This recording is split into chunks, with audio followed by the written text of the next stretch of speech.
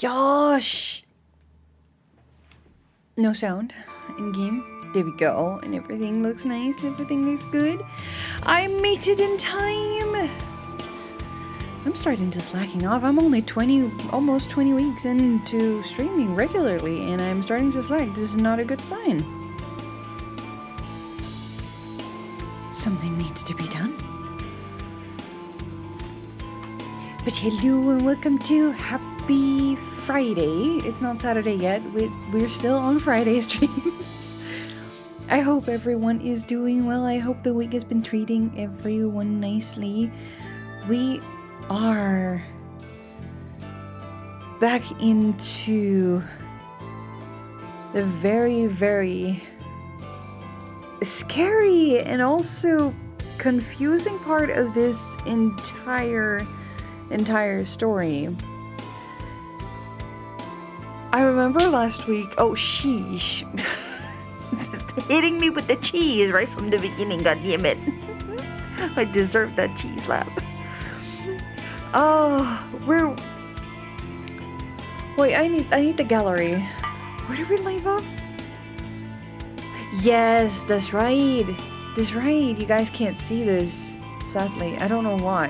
I don't know why you guys wouldn't be able to see. Maybe it's because it's in window mode. What happens if I do this? Now you guys can see! Now you guys can see! Okay. Okay, we're just gonna stick with this then. You're probably not gonna be able to see shit if I tap out like this. Oh, you will! Nice. Alright. Alright. So, images. Reminder, I have to use game capture, not window capture. This is right. We discovered last time that this body was potentially fake. There was something about like chopping it up and like putting it back together. Was that my theory? I think that was that was where my brain was starting to go. Which is incredibly insane. The music stops when you tap out. Yeah, that I can't do anything about, sadly. That's a mechanic in the game. I don't even have that power to like turn that off or like toggle that differently. Sadly. The sound only allows me to do this. It's a very, very meager system. It doesn't really give me much to run with. Ooh! What was that?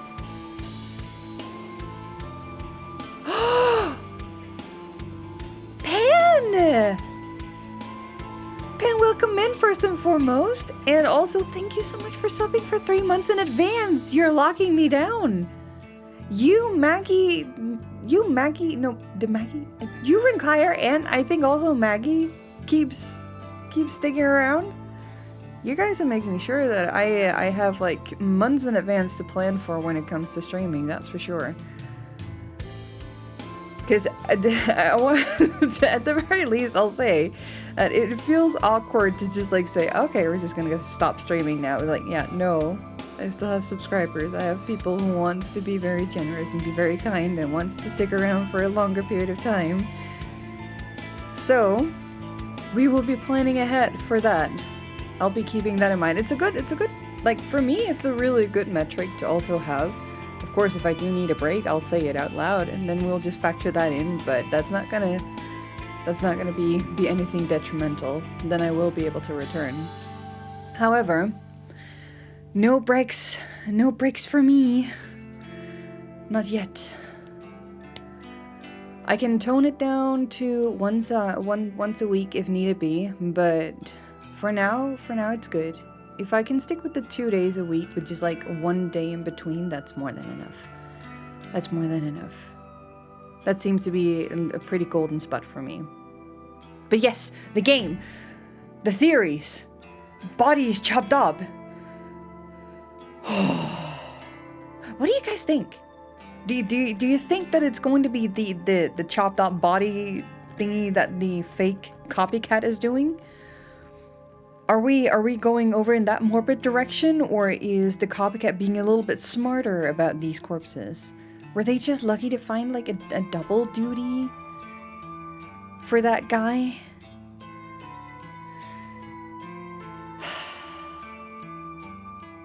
I'm not sure. I'm honestly not sure. Hey, I'm 100% sure if the blonde. I'm blonde. I'm blonde. I'm blonde. I'm blonde. Is what I'm saying now. I'm blonde. No, I am. Honestly, what it looks like from the image, and I can show you guys. From this image alone, definitely like the only female character that we have met, but also no, isn't really doing much. Is Aoi for certain. But I don't think Aoi has that kind of agility. That's another thing. So,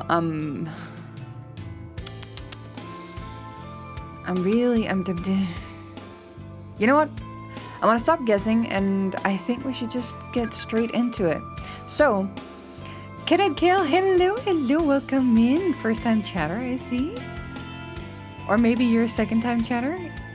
And I just very conveniently forgot about your name because you're not here. Because you're not here a lot. Well, I'm so sad. I keep forgetting names. But welcome in regardless. I'm happy to have you here. I hope that you're enjoying whatever has been going on. You've been meaning to catch a stream for a while, but you're here now. Well, welcome in. I hope that today is going to be a very, very, very, very cozy little one. We raided Kale yesterday with Shaky. We did? Oh, that was the raid that I missed. I was sitting in the channel. Honestly, I was sitting in the channel. I was doing my own thing. And although I pushed the join button, I suddenly had to leave the room, and I didn't even get to sit I didn't even get to join in. No. And here they are. Oh no. Kale, for whatever reason, welcome in. It was bad because my automob bots were timing everyone out for using too many emotes. Oh, you know what? I would have absolutely loved to see that chaos unfold. But welcome in, welcome in, welcome in. I hope that this is not going to be too gory for you. And if you're familiar with both Shaky's but also maybe Crazy Hazy's communities, we are very much big fans. I will align me with those two and say I'm very much a fan of people being lurkers, and if there's too many heavy themes in this story, by all means, do what you need to do, turn around, shut off the sound, and just take a breather for a moment. There is a lot of gory stuff in this one, so just be warned. Fair warning. I don't mind the heavy stuff, I can handle it, and I know how to protect and take care of myself, but I honestly am not sitting next to you, so I don't know how you guys will be feeling. So watch out for each other, and if anybody new comes in, help them stay warned, help them make sure that they know exactly what to do. Also, if my commands are set up correctly, in worst case scenario, we do have this one too. Yes.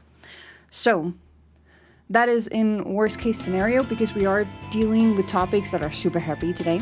So, should anybody need it, there is a very easy little command there for you guys.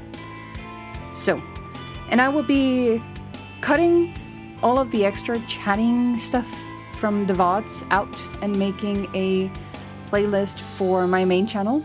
I've only edited the first 2 episodes, but once I've got a little bit more time, I will start getting around to the rest of them, and then you can watch it in full, so you don't have to worry about missing out anything.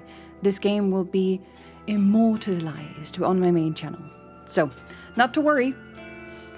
And you're welcome to ask. If you're welcome to ask questions, we'll talk about it. We'll talk about it, no problem. And we'll watch it there and catch up for next week. The first 2 episodes at the very least. Otherwise, you can also find my VODs on my VODs channel. If you don't mind the yapping, just a little like thumb rule for my VODs is that whenever yapping happens, it's usually an hour, so you can scroll ahead. That's usually what happens. So, but are we ready? Are we ready for some more morbid corpse factory, butchering, chopping up, sewing back together, crazy maniacal behavior. Are we set and we're strapped in for the next 4 hours? I am absolutely strapped in. I don't know what this game is gonna throw at me, but I'm excited. Let me just catch up with chat before we continue. Don't like dating stories midway? This is not a dating story. Well, there are some, like, characters who are trying to romance each other, but this is not a gaming story. This is a regular visual novel, literally about one character going crazy, having a fetish for corpses in not the sexual way, but still having some kind of fetish for them in some kind of way. And she's just going more and more crazy, regardless. So it's not a dating story. We're not trying to date any of the characters, but the main character does have some sort of, like, I say main character because we switch point of view right now. So our black-haired girl in the center used to be the first main character that we were playing from. And now we're playing from the doctor, like the morgue guy here on the right side. So we just started his point of view. Cheese slap. Thank you. I saw that coming. So we're in Act 2, seeing everything from his point of view instead. So this is absolutely interesting, but it's not an otome game. We're not in a dating situation. We are 100% in a visual novel, discovering alongside the characters and getting a glimpse into what they're in, what the world has to offer them. So, not to worry. Not to worry, not to worry. But if you're ready, I'm ready. I'm ready. You need to be ready. You have to be ready. You better be ready. You tried. I was looking at chat, so of course I see it coming in. It works better if I'm not focused on chat. If I'm not reading chat, there's a better chance of me not catching it. But we're ready.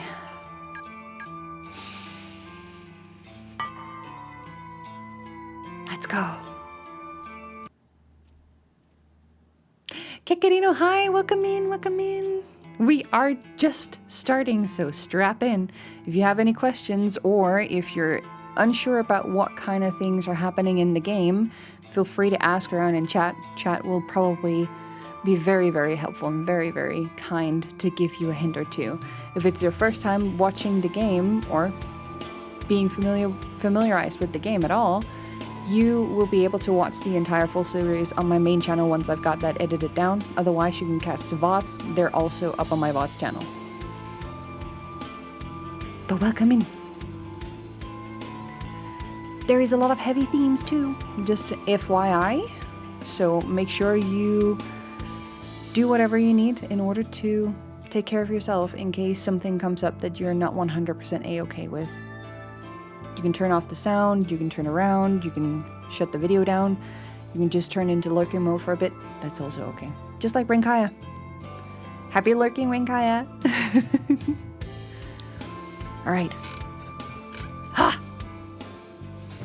Story time. Story time, story time. Alright. Okay, I think I'm up to date. I guess it was a good thing you decided to prod and poke Junpei's corpse, as you put it. Guess so.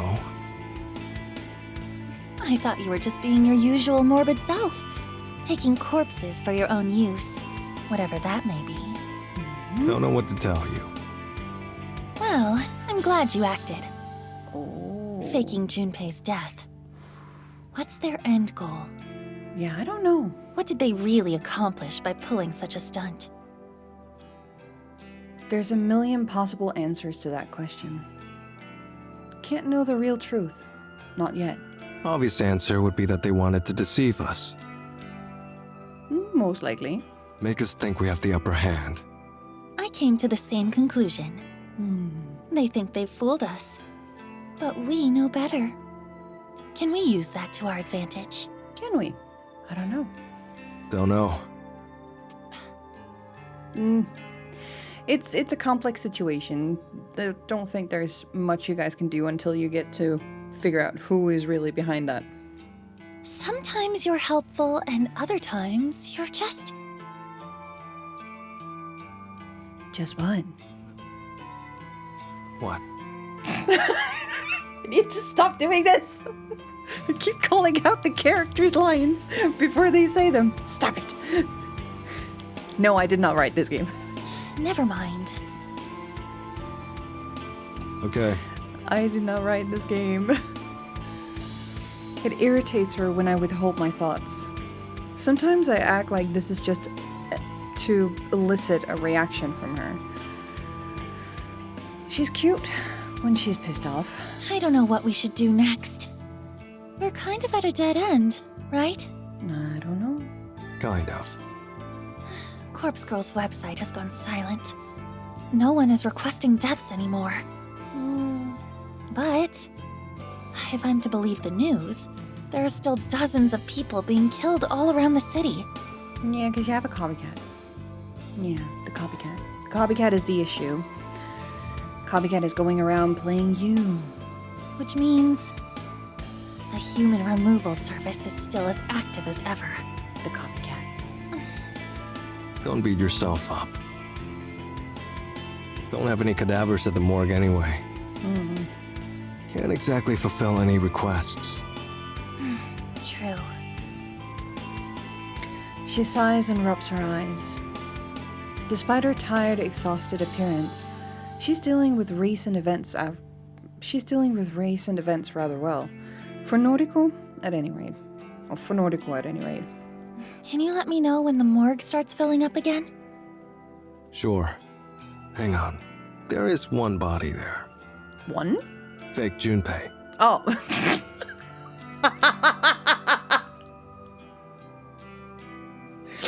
I forgot. That's right. That's right. I forgot. We got the fake Junpei body into the morgue. I forgot. I completely forgot. I for a sec was completely convinced that the morgue was still empty because that was the last thing I remember. And then I still remember all the talk about like chopping up bodies and sewing them back together because of the theory that we were like running around with the last time. Ay. Yeah. Not much use, though, I suppose. No. No, not really. Keep me updated. Okay. She rubs her eyes again and tries to hold back a yawn. You look wrecked. Sorry. Things are tough right now. It'll get better. Hopefully. You'll cause some deaths soon enough. Ooh, we back to flirting, my guy? My words have the strange effect of actually cheering her up slightly. Think you flirting? I know we're not exactly the most normal people. That's an understatement of the century, if any. The things we do, the causes we devote ourselves to, they're wrong. There's no other way to put it. I know this. I trust that Nordico knows this as well. I wouldn't be so sure about that. We're morbid, sick, disgusting. Nordico slaughters innocent people in the name of Corpse Girl, her fabricated idol, or alter ego, or whatever else she could be. As for me, I've got as much blood on my hands as Noriko does. She likes to believe she's innocent, but the truth is that she's just as guilty as any killer. I don't see myself the same way. I know for a fact the things that I've done are enough to put me behind bars for the rest of my life. Excuse me, mister? Don't try to convince myself that I'm something I'm not. I'm a criminal, plain and simple. But Nordico is a kindred spirit. We're connected on some level that I don't expect the average person to understand. We're bonded by the things we've done, the death we've witnessed. Looking at her now, This tired girl worn thin by stress. I can't help but be reminded of Shizuko. Oh. I messed up with Shizuko. I didn't take the time we had together seriously. I took it all for granted. I won't make the same mistake with Noriko. I'll make her mine, and I'll prove my love to her every day. Perhaps that will convince her not to discard me when I've run out of use. Want something to eat? She glances at me and opens her mouth, but weighs her words before speaking. Thanks, but you know me. I know. Of course I know. I know so much about her. She doesn't eat, not unless she absolutely has to in order to live for another day. Well, that sounds like me, if nothing. Something light? A salad? I want to share a meal with you. Well, that seems harmless enough. We all gotta eat. I can't. Of course you can't. Okay, I understand. I do. I get it. It's Noriko. Her convictions are what I admire the most about her. What would it say of her character if I could break her convictions with a simple invitation? We should get married. Dude! Out of nowhere? Jeez! You didn't even get it.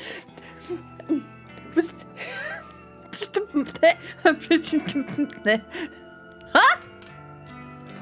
Huh? Excuse me?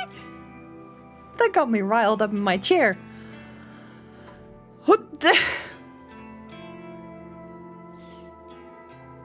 Huh? Exactly. A few days ago, you said you'd be mine. I told you something like that, yeah. Mm-hmm. But that had a condition. You had to kill Junpei. Hmm. She's right. I didn't manage to kill him. Does that mean I don't deserve her? Maybe there's something else I could do? Let me prove that I'm a man you can love. Oh my god! When will this end? I'll think about it. Okay. I'll take that. It's better than an outright no. Maybe you should get going for now. I need to sleep. Okay. I'll leave her be. Should get some sleep myself. Later. Later. Bye, Kojiro. Something about the way she says my name sends a chill down my spine.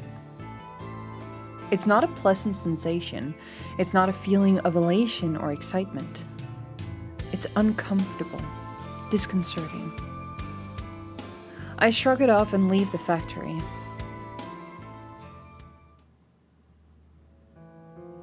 Oh. What is this? No!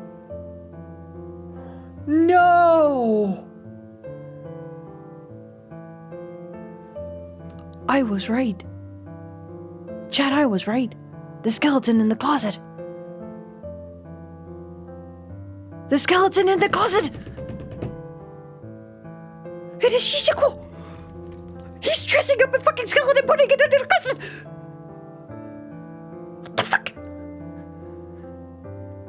Me saying from the start that I can handle heavy themes and then I still get these reactions, perfectly normal. This is crazy. I have an uncannily vivid recollection of dragging Shizuko's corpse through the streets on the night she was killed. I had witnessed the collision. I watched, speechless, as the asshole who ran her down drove away like a coward. Took me a while to gather the strength to collect her crumbled body from the asphalt. By then, it was around 7 o'clock. The sun had set, but a sliver of light still peeked over the horizon, tinting the sky with an orange hue. People kept screaming at me. Wasn't doing anything wrong, wasn't trying to smear Shizuko's blood on the sidewalk. Just wanted to take her home. She was hurt or dead. No point in leaving her in the middle of the road. She didn't comment on my suit.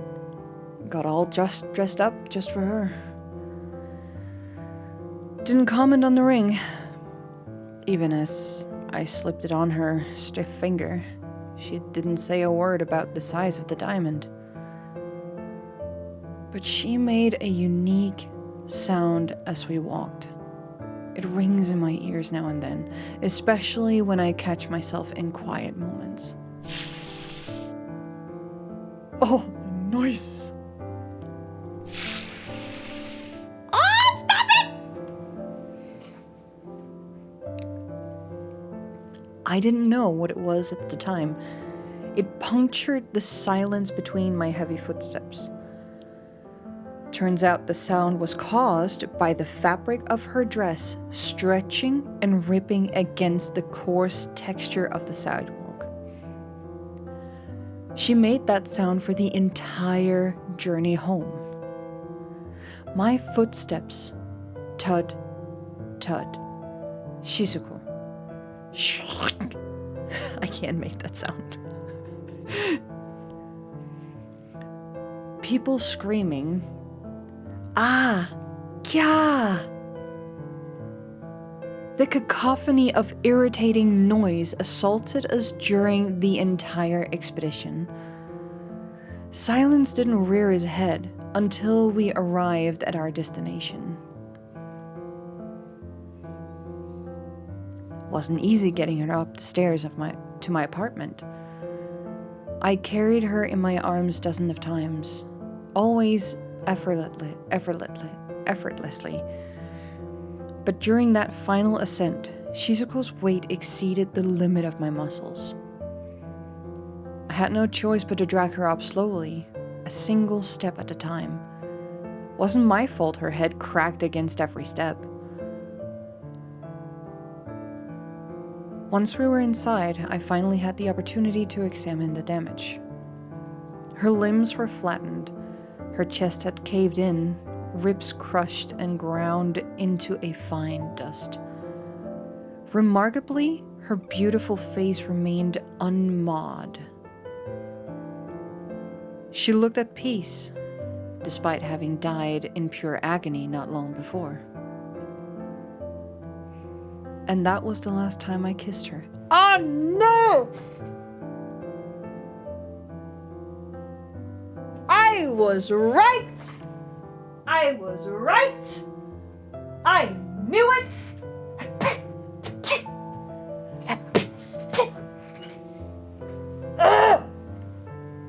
Okay.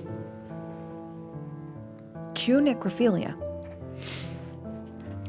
Cue necrophilia. Here we go.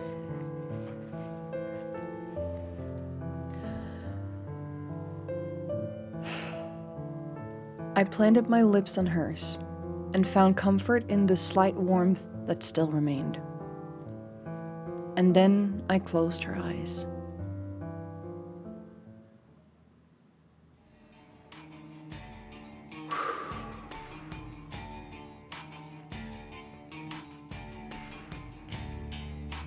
Excuse me.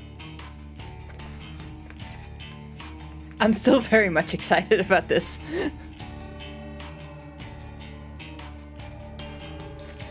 Ooh.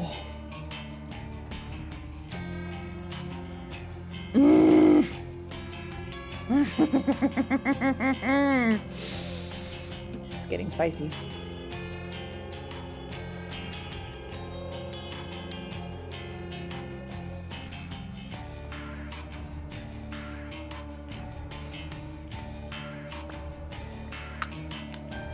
All right. My memory of that event is so clear that thinking about it feels like I'm reliving it again for the first time. The pain hasn't dulled, but I'm glad I don't live in that apartment anymore. Climbing those steps every day would only serve to remind me of dragging Shizuko behind me. I cut myself free from the chains that shackled me to her, but I can never destroy the memories.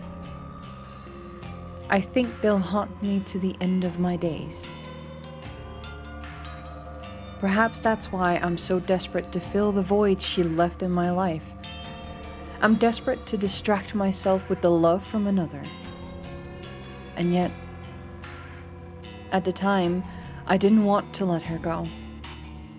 I wanted to hold her cold, lifeless corpse to my body and simply waste away so that I could join her in the afterlife. In fact, I was so attached to her corpse that I did something I never done before. Not once in all my history of toying with dead bodies. I decided to keep her.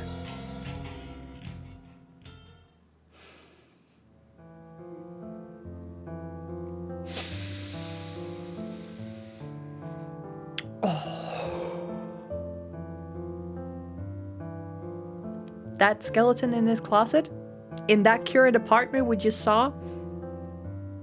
Yeah, that's her. That's her. She's being used as a... What are they called again?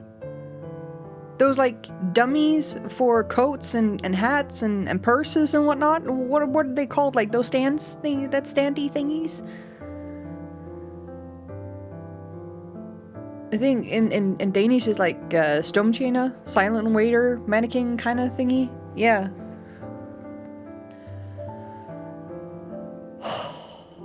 Well, at least I hope you prep the bones correctly. So that they're not smelling all over the place. Oh my god, just... Oh no. Don't know whether it was out of despair or depression or desperation. Don't truly know why I decided to do such an odd thing. Possessed by a single disturbing idea, I emptied out the small storage closet in that old apartment, discarded everything within. And then I carefully, delicately, lovingly placed Shizuko inside the dark space. She stood up against the wall almost casually, almost like she was alive. I held her in place with some rope fastened to the wall, a loop around her neck, and a few bindings around her waist. Oh my god.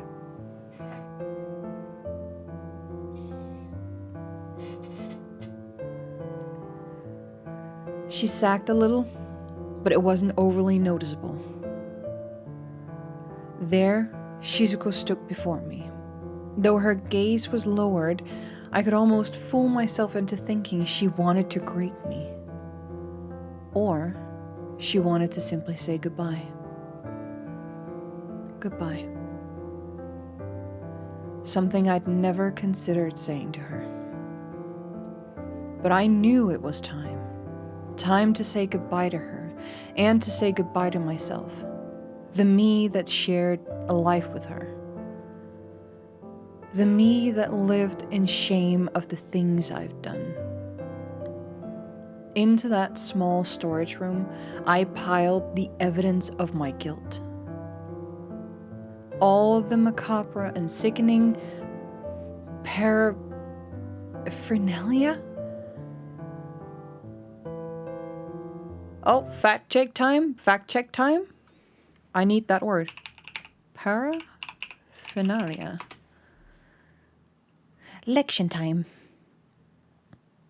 Paraphernalia refers to a collection of items or equipment associated with a particular activity, hobby, or lifestyle. The items is often used to describe the tools, accessories, or objects that are used in various fields, such as sports, arts, and crafts, or specialized professions.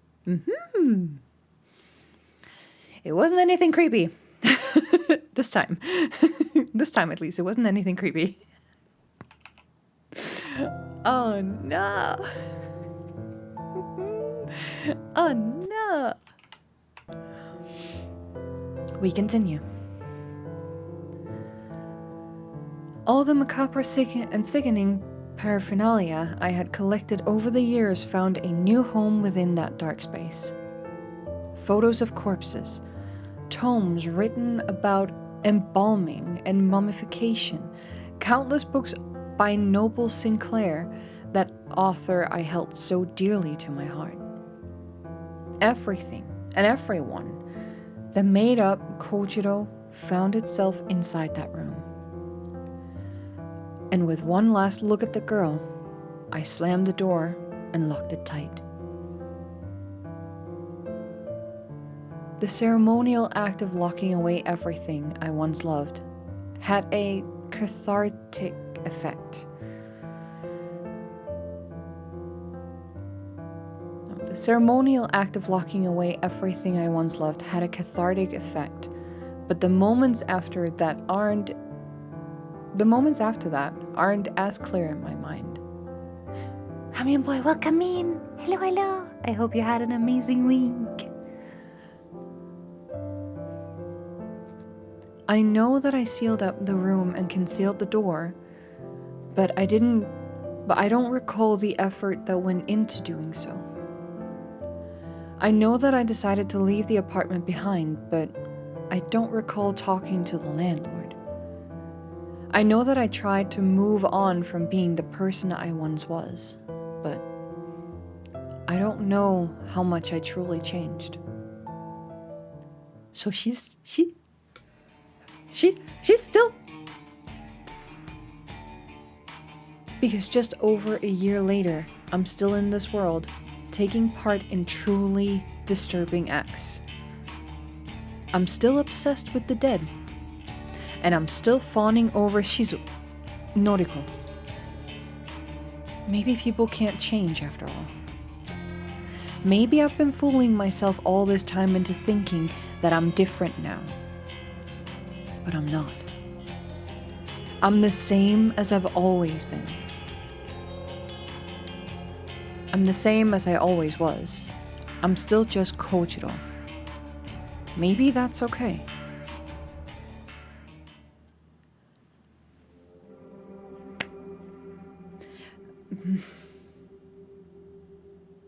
Some good news for you. Really? What is it? A few new cadavers were in the morgue when I arrived tonight. Ah, Also, I was thinking what about? something funny. We went to such lengths to make sure we didn't get caught stealing cadavers from here. And? Well, it's amusing that the entire place was ransacked by the human removal service, but no one ever investigated. No one here seemed to really care. Huh? We tried so hard to cover our tracks, being careful about every single corpse we lifted. And no one even gave a fuck about what went in or out in that place. That's odd. Then those assholes just waltzed in and stole everything without any repercussions. Yeah. It makes me sick. I want to bring them down. Yeah. Anyway, how many bodies came in today? 4. Not a great deal, but a start. Give it a week or two, and this place should be packed once more. Okay, good. Thanks for letting me know. Of course. See you. Later. Since I've already cataloged the new arrivals, I figure I can relax for the rest of my shift. I plant myself in the uncomfortable steel chair parked near the morgue's entryway. A few moments later, I'm lost within the flashing lights from my phone screen. Don't know how long I zoned out for, but when I come to, Noriko's name is embezzled across my screen. Strange for her to call me now, since we spoke just before. Yo, You're not going to believe this. try me. Somebody requested a death! Heyo?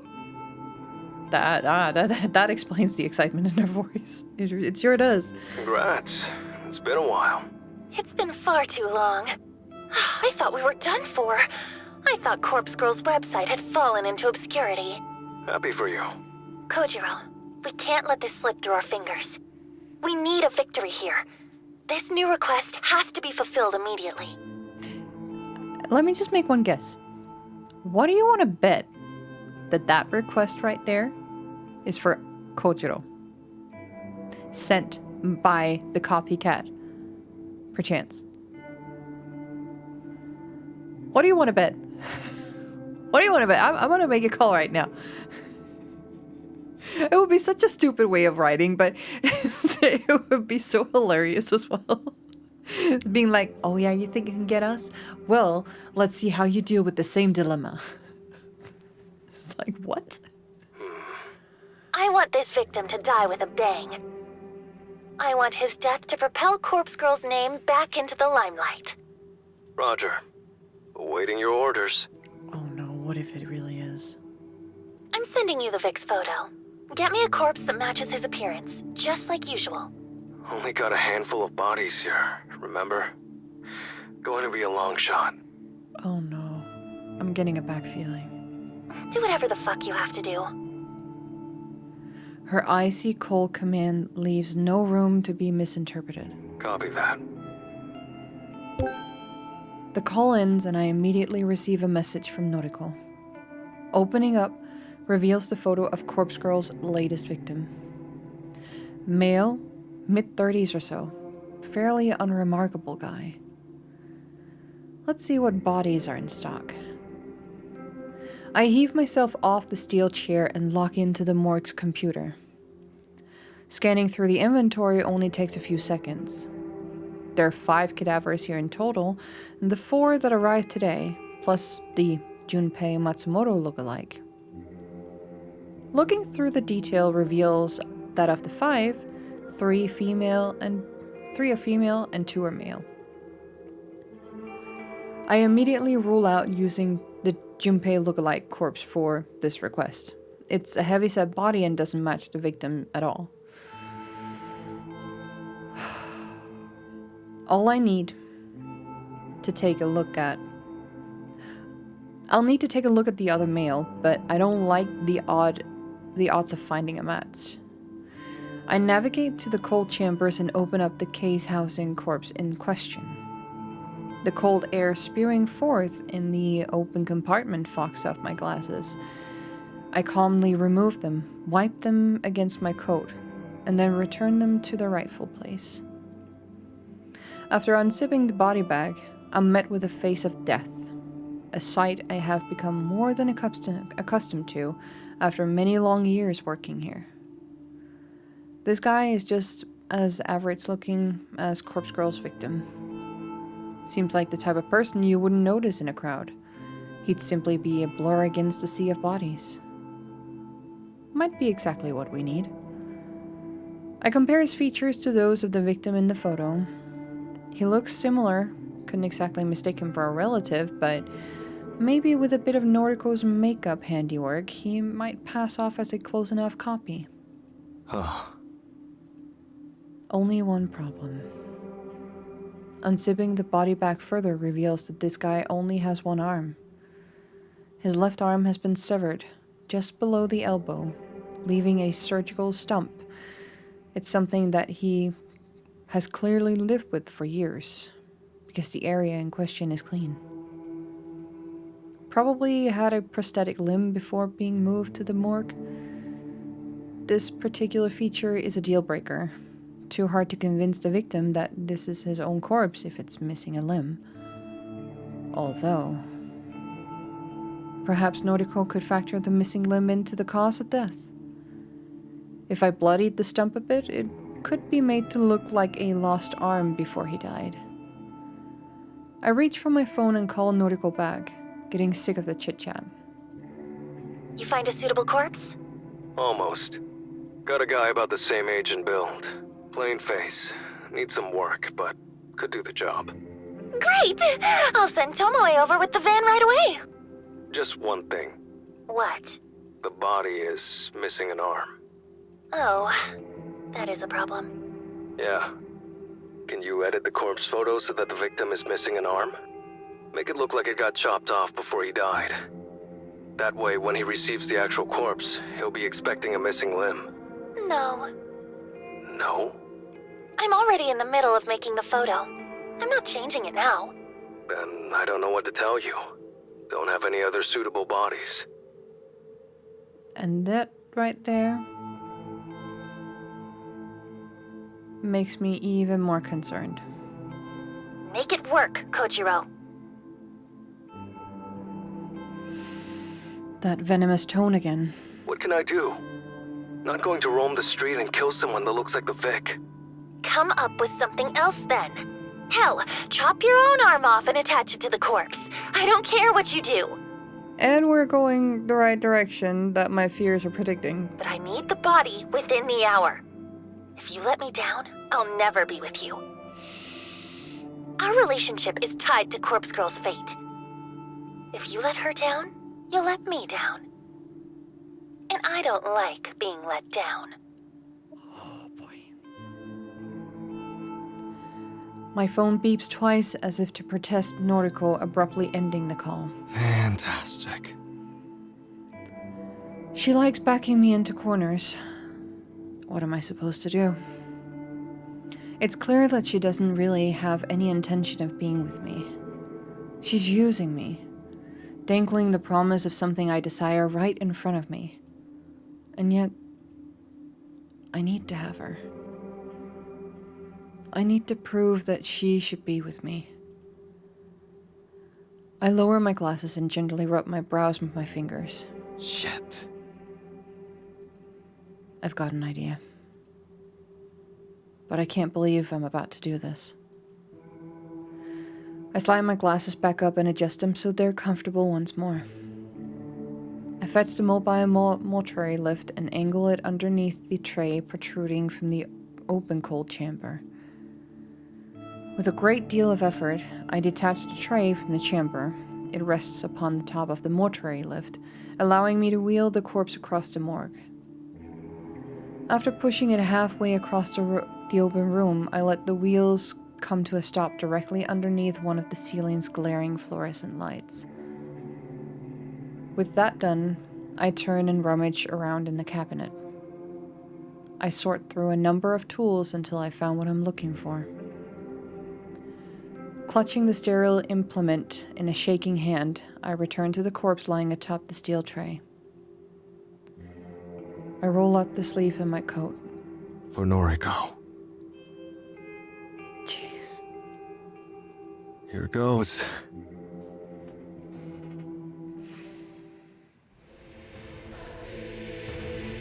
Fucking hell!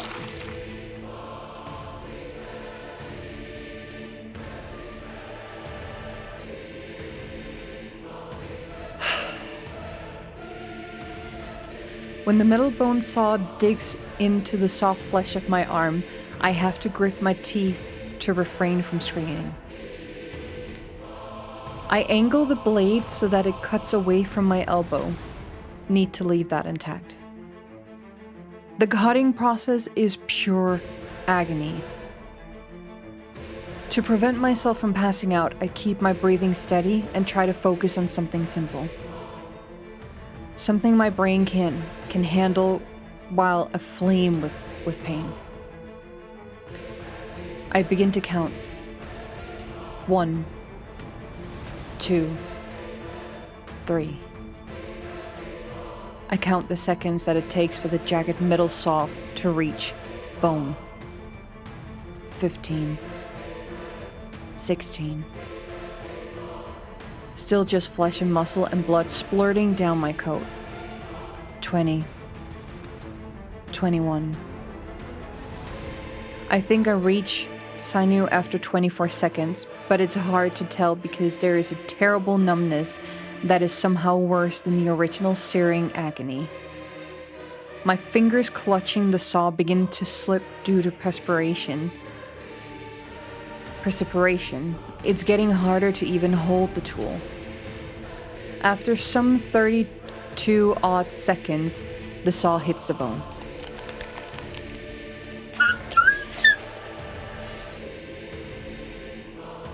I slide it back and forth, cutting into the dense matter with as much strength as my failing body can muster. Vomit and drool have soaked the front of my coat and begun to smear together with the blood. It's forming a shallow pool at my feet, and the stench of the mixing liquids threatened to overwhelm my senses. Counting the seconds has become infinitely more difficult. 43, 44, 30. Was it 21 seconds so far? No, it's been longer than that. It has to have been a minute by now. I've been sawing into my own arm for a full minute. But the blade still hasn't cut through all of the bone. Don't recall when I fell to my knees. Don't recall when I stood back up. Don't recall running my slimy fingers through my hair, or when flecks of blood spattered against my glasses, or when bladder relieved itself. Don't recall why I'm doing this. Is it for Shizuko? Is it because I love her? No. Noriko. It's for Noriko. Actually, it's for Corpse Girl. I have to prove I'm worthy of her. I have to be loved by her. There's nothing else for me. 97. 98. As my count reaches 99 seconds, my right arm falls to the wet tile floor, flopping like a dead fish against the deck of a boat. I let out a groan of what can only be called relief, and I slump in on myself, resting in the pool of foul liquid. My vision is blurry, my breathing is ragged. The same part of my consciousness knows that I need to treat my wound. I need to apply a tourniquet to cauterize the damage, or I'm just going to bleed out and die on the floor of my own morgue. But a quiet voice in my mind, the very same one that drove me to such an extreme measure, urges me to finish my work. Getting to my feet is a struggle. I try to push myself off the ground using both arms, but of course, I fall flat on my face when my right arm fails to react to my mental instructions. I think the lenses in my glasses smashed against the tiles because my eyes seems to be bleeding now. A second attempt at pushing off the ground is more successful. My left arm is somehow strong enough to hoist my barely responsive body. I sway and stagger around aimlessly before collecting myself enough to attempt to fish my severed arm off the ground. Luckily, I managed to grasp the blood and vomit-soaked wrist of my former limb with my good hand. I drag myself toward the mortuary lift that holds aloft the corpse I need to attach the arm to. But I didn't think this through. I don't really know how to attach the severed limb. I bludgeoned the corpse's stump with my useless arm, trying to find some point of connection that will magically fuse the limb to the corpse. It's hopeless. And as I madly flailed the arm around, I can't help but laugh at the whole situation. Of course I can't attach my arm to this corpse. The corpse is missing its left arm. I cut off my right arm. Good one. I throw my useless detached arm behind me and rest my weary body against the mortuary lift. Accompanying my laughter is the laughter of somebody else nearby. I have to listen really intently to confirm that I'm not just hallucinating. But I'm certain that somebody just walked into my line of vision, even if they're nothing more than a dark, blurred silhouette. Yo, bro. You don't look so hot. Oh. What'd you do? Cut off your own arm? I know the voice, but I can't place it right now. It's not my voice, and it's not Noriko's voice. Want me to take the pain away? Yes, please. I'd give anything to remove the pain. I can't voice my consent. My mouth is dry, my jaw locked in place. Here. Nothing a little fire can't fix. The figure comes closer. He smells foul, like a dog that has bathed in gasoline. A dog. The heavyset figure that I now assume is Junpei Matsumoto is crouched over me. The smell of gasoline intensifies as he pours some sort of cold liquid all over my clothes. Pity I gotta light this place up.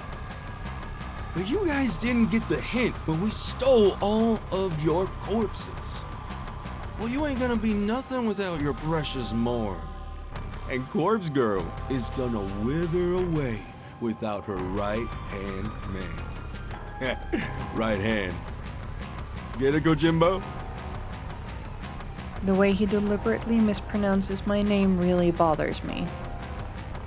It bothers me so much that the anger boiling inside me gives me the strength to open my mouth once more. It's Kojiro. Sure, bro. Sleep tight.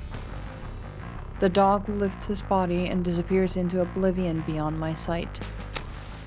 The unmistakable sound of a match being struck should fill me with panic, but I feel strangely calm. Warm, glowing tendrils of flame flicker around the outskirts of my vision. Fire. The entire morgue is alight. The acrid smell of smoke quickly covers up the odor of gasoline. Fire. I lost my family to fire so many years ago. Maybe it's fitting that I should perish in the same way. Fire. I hate fire. I hate it and fear it. Fire. It's everywhere, surrounding me. The sickening stench of burning flesh permeates my nostrils, and I realize that it's the smell of my severed arm being incinerated behind me. Fire. I close my eyes. Really sleepy now. Lost a lot of blood after all. Sorry, Noriko. Sorry I loved you.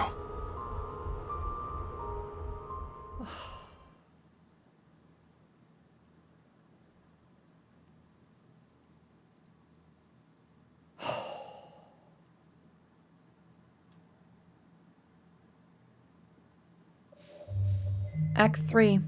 Here we go. Aoi Sato. 1 month later.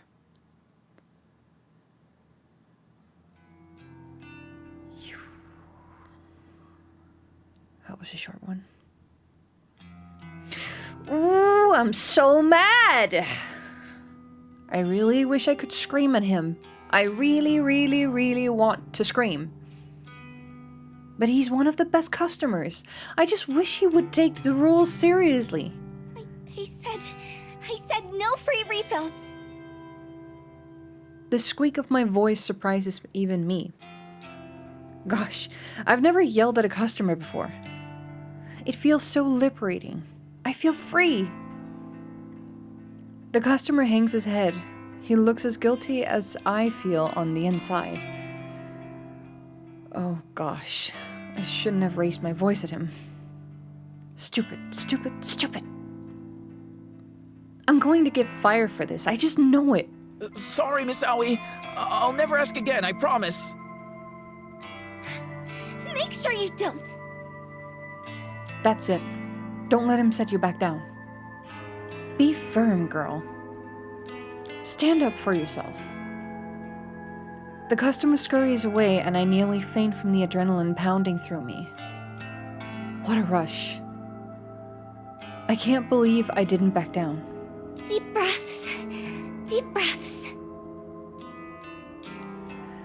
When I feel like I've calmed down, I fetch a cloth and begin to wipe down some tables. This place hasn't been too busy lately. I still shake when I think about the incident last month that drove away a lot of our customers. That man, that tall, scary man with glasses and an evil face. He hurt my sweet little Junpei. He cornered him in this very cafe and stabbed his fingers with cutlery. What kind of sick freak does such a thing? Yeah, well, he's no longer here. I know there's something between those two. I can't ever forget the time that man left Junpei all bruised and broken on the ground outside of his apartment. Ugh! I hate that man. Who does he think he is, bullying my sweetheart? A pleasant little chime rings out from my pocket, and I recognize it as the notification I set to let me know when the cafe is closing. Phew. Guess I better get going. Luckily for me, I'm not on closing duty tonight. My coworkers will take care of all of that. All I need to do is sign out of the employee app on my phone, and my full shift will be automatically recorded. Then I'll get paid on time, just like usual. Bye, everyone. I wave farewell to the other girls and duck out at the front door.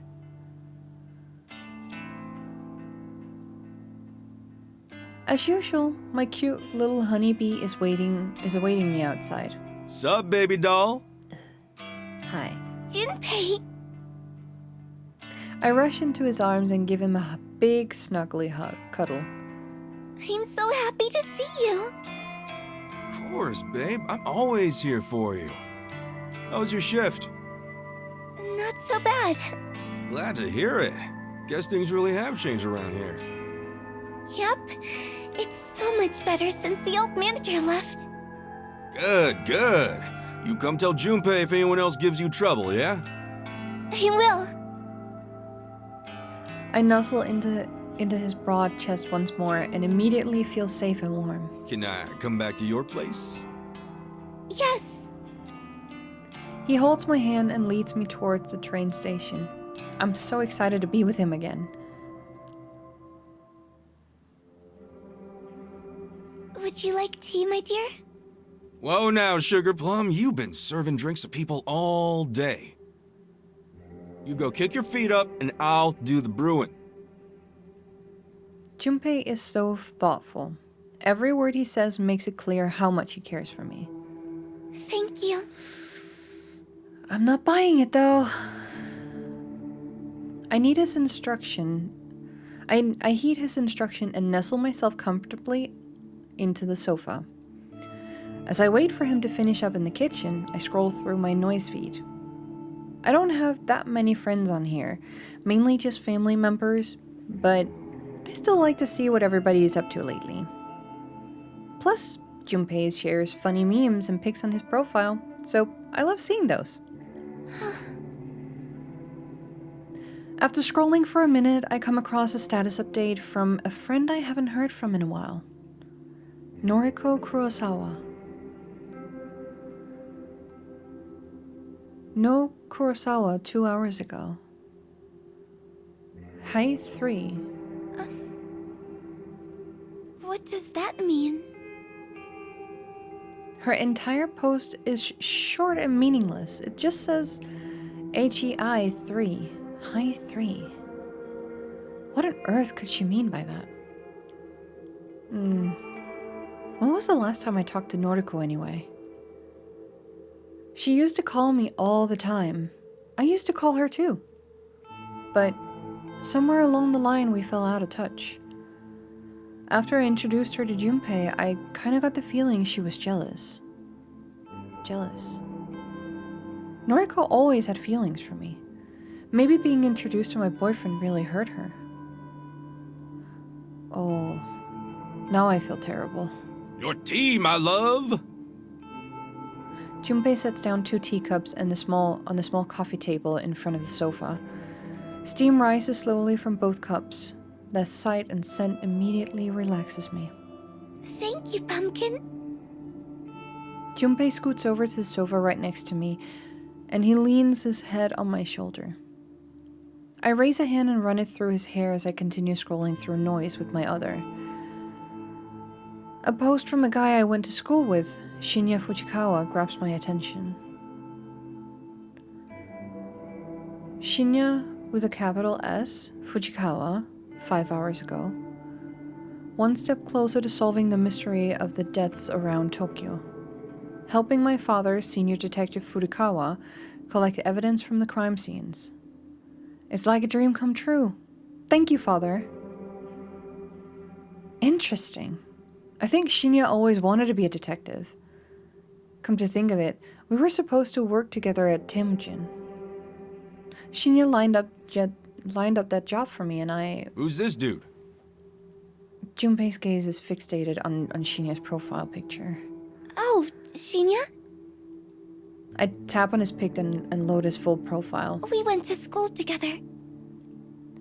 I scan through his profile and read some more of his recent posts. Shinya with a capital S Fujikawa, 2 days ago.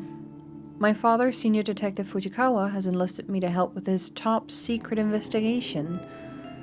Can't divulge any further information.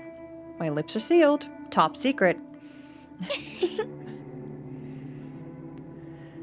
Shinya with a capital S Fujikawa, 4 days ago. So happy I managed to get a lead on this case.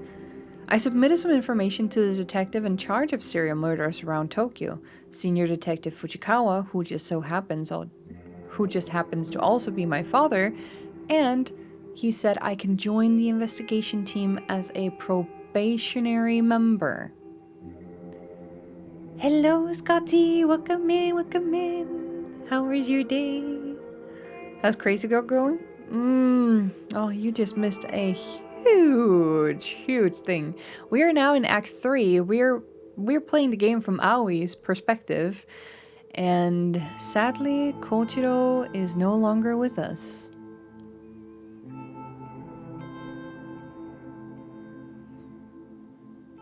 This guy has a real father complex, doesn't he? Kinda. Maybe. Shinya with a capital S Fujikawa, 7 days ago.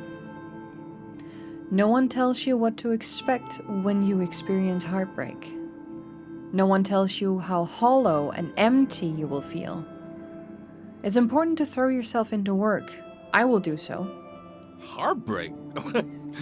Something about this dude tells me he's never had a girlfriend in his life. I mean, he does. Unless they broke up during the month that we just skipped. I wonder... Shinya with a capital S Fujikawa, 8 days ago. Farewell, my love.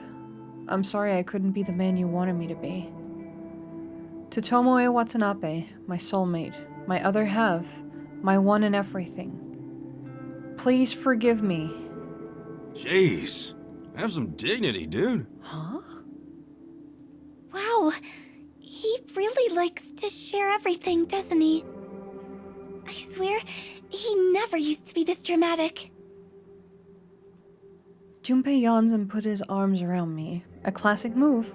He's so sweet and romantic. I put my phone down and snuggle into his body. He's like a big, soft teddy bear. I should get going once I finish this cup of tea. Really? Do you have to go? Yeah, sorry, babe. I gotta check in on Mom tonight. Oh, okay. You'll be okay, right? The thought of being alone forms a pit in my stomach. Don't worry, I'll help you out before I leave. Thank you. Junpei takes one last sip of his tea and gets to his feet. I'll check the usual stuff. Yes, please. He walks behind the sofa and ruffles my hair with his rough hand. The bandages wrapped around his fingers feels coarse against my scalp. As he wanders around my small apartment, he calls out to me. Oven and stovetop are both switched off. The kitchen tap is off, no drips. He moves into the bathroom and his voice echoes against the tiled wall. Tap is off in here too. And the shower is off? Finally, he moves to the front door. I'll lock this door properly when I walk out. You just have to put the deadbolt in place, okay? Okay. Thank you. Anytime, sugar. I'll see you tomorrow, okay? Okay. Love. With that, Junpei walks out the door and closes it behind him. Junpei, we have established in the previous act, is an accomplice to the copycat of Corpse Girl's website. So he is very much a bad guy in terms of the side of the story that we started on. And he also, for those of you who's been lurking and just watched it, but for Scotty who wants to catch up, Junpei went to the morgue and set fire to it after Koichiro had been in a bit of a spat with Noriko over the corpse that he had found for the new request that she had gotten. Because the corpse was missing a limb, Koichiro was feeling like that he was feeling this sense of responsibility and also need for proving that he was worthy of Noriko's love, and ended up cutting off his own arm. Not just his arm, but the wrong one for the corpse that he needed. And so things just went to shit. Junpei shows up and kind of just gloats in Koichiro's face as Koichiro is bleeding out. And he sets fire to the place and leaves. As far as we know, everything ends there. The act ends there, and we're now 1 month ahead. So by association and by just general information, we were told that Koichiro basically is dead. That he was burned alive. So we don't know. We've just entered into the Act 3, where we're now playing from Aoi's perspective, the blonde girl, Noriko's crush. And we'll see where that goes. And this is confirming to me how the game is set up. So we started out with the prologue for the first girl. And then we got Noriko, the first act. We got Koichiro for the second act. And we're now in the third act with Aoi. And if we get a last and fourth act, we're gonna get Tomoe as well. If we don't see a body, I'm probably really ain't dead. Nope. We can only assume. But that is what we've gotten so far. I quickly dash from the sofa to the door and slide the deadbolt into place. All done. The door is locked. The door is locked. The door is locked. Why are you freaking out like that? I take a deep breath and tiptoe back to the sofa, then collapse onto it. Junpei is so good to me. He truly helps me out. When I'm alone, I find it so hard to be sure that everything is in order. Oh? I can't sleep or leave the apartment if there's a possibility that I've left the tap running or an appliance switched on. I can't relax if I think the door might be unlocked. I have to check things again and again until there's no shadow of a doubt that things are the way they should be. OCD. Rituals on point, loop-de-loop. Let's go. I can speak from experience. I do have mild OCD tendencies, so this is very familiar ground for me, sadly. I don't remember when this obsessive-compulsive behavior, OCD is it's incredible because it's called OCD, but then it's translated into obsessive-compulsive behavior. Fascinating. All these people got issues. I mean, it's an incredible game because we really get to see how everything can be misconstrued and fucked over and just very warped depending on what kind of world that you're seeing and experiencing everything from. Way to spell it out for the audience, game. I don't remember when this obsessive compulsive behavior first started, but I've been battling it for as long as I can recall. At the very least, when Junpei is here, he checks everything for me. He's so good to me. It saves me so much time. It stops me from having to stand in front of a kitchen sink for 5 minutes constantly checking and double checking if the tap is running. Logically, I know it's easy to see if water is flowing from the faucet, but you can see it, you can hear it, and you can feel it if you slip your hand underneath the flow. But logic rarely applies when I find myself second-guessing my own senses. I can glance at the faucet and tell myself that it's been turned off properly. It's not dripping. But when I turn away, what if I'm wrong? What if it's actually still running? I feel like my mind is betraying me. I feel like I can't trust anything or see anything I see or hear. When in doubt, it should be a simple matter of just quickly checking it one more time. But the more I check, the less certain I become. And it's not just the faucet I have trouble dealing with. It's not the faucet I have trouble dealing with. It's nearly everything. I unplug appliances from the power sockets to make sure they're definitely not still running. I flick light switches on and off 20 times in a row to ensure I haven't left the bulb on when I leave the room. I open and close doors repetitively, and locks are the worst. I have to examine them from every possible angle to convince myself that no one can possibly break in. My condition is completely and utterly fucked up. Struggling against it has caused other horrible afflictions to evolve inside of me.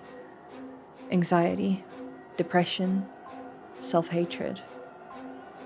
I just feel like I can't do anything without the shadow of my compulsive behaviors looming over me and controlling me. And so tonight, like many other nights, I decide to sleep right where I am here on the sofa.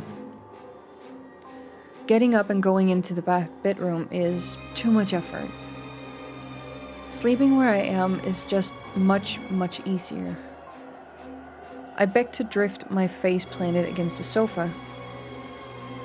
I begin to drift off, my face planted against the sofa cushion, my legs draped over the armrest.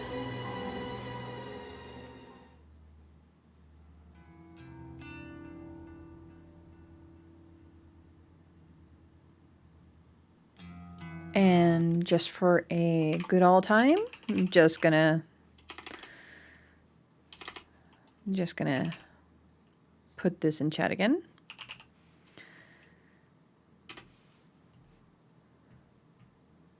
Just in case. Just in case.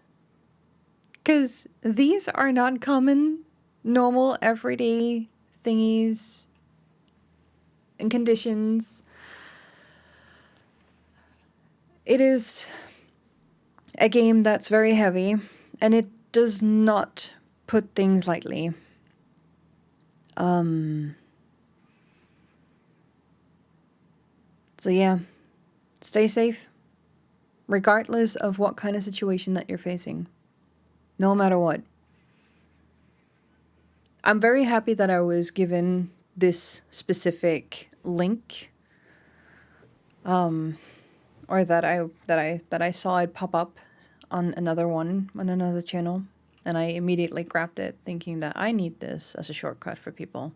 I need this in my command settings. So, if you or anybody is struggling, there is help to be found, and you can find all relevant channels local to you through that link. It's Twitch's official site for like some of the most official entities that are like native to your local area, so you'll be able to find exactly the numbers that you would be in need of most desperately. So, if you know anyone, if you're sitting here and you're having a tough time, best not to keep watching this game. I'm just saying. Take some time away and breathe. We continue. I'm thankful I don't have to work at the maid cafe today. My neck is a little sore from a terrible night's sleep, but I won't let that get me down. It's Monday. It's Monday. Start a fresh, brand new week. I've got lots of exciting things to look forward to.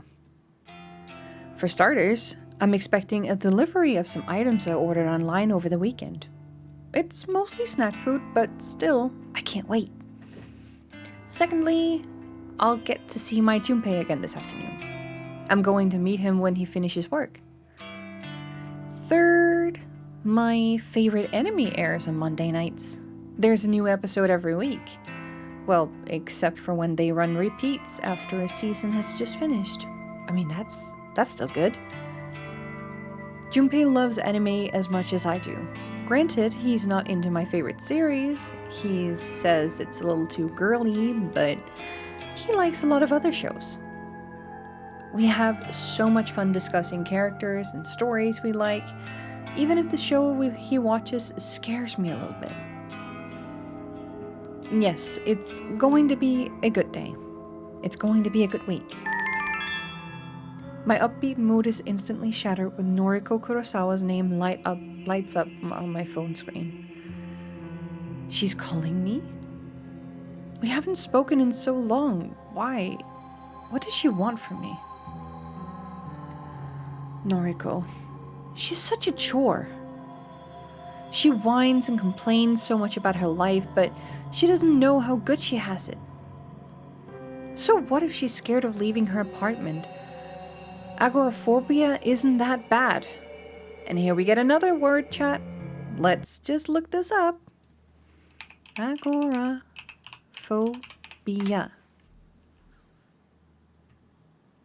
No, Aoi does not like Noriko at all. Agoraphobia is an anxiety disorder characterized by intense fear and avoidance of situations where escape might be difficult or help unavailable, such as crowd or open spaces.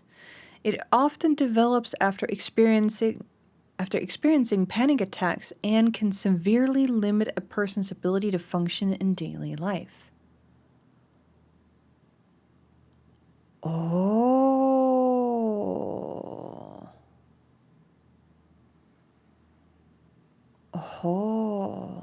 So that's why she liked being in that coffin. Yeah. Because it's a safe space. It's a safe space. We're learning a lot of new things today, Chad. Like today too. This game is teaching us quite a few things. Also, we have ads coming up in about 4 minutes. Just a heads up. I'm scared of everything. Everything. She's so selfish, thinking that she's the only one who has it rough. I'm so tired of tiptoeing around her feelings and her stupid sensitivities. Hello? Aoi? Hi, Noriko. Hey, listen. I know it's been a while, but can I stay at your place for a few days? I got booted out of my apartment for not paying the rent, and, well, I was living in this abandoned factory, but I can't do it anymore. I hate being there alone. The guy I was spending time with just disappeared, and now... Aoi? Are you there? Is this crazy bitch for real? She hasn't spoken to me for weeks, months, and now she wants to live in my apartment? Aoi? Sorry, Noriko. You can't stay here. Well, fuck you too. What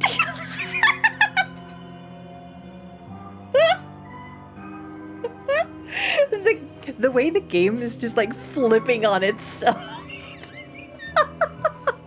I fucking love it. It's just like from 0 to 100 in a fraction of a second. Holy shit.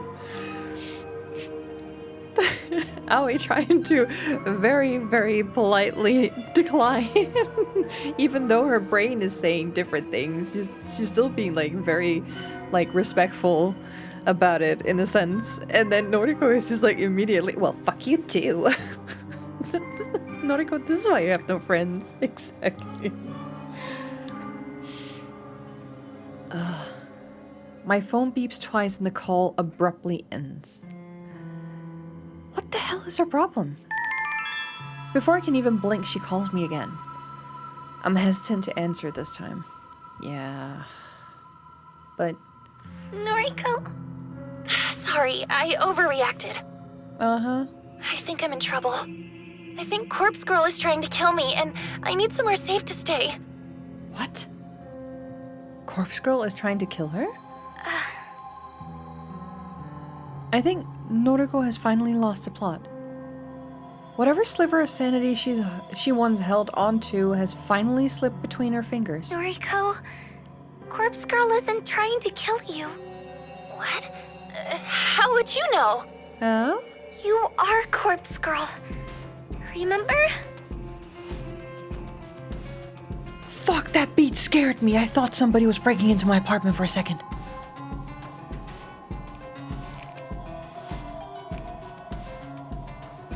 Hello?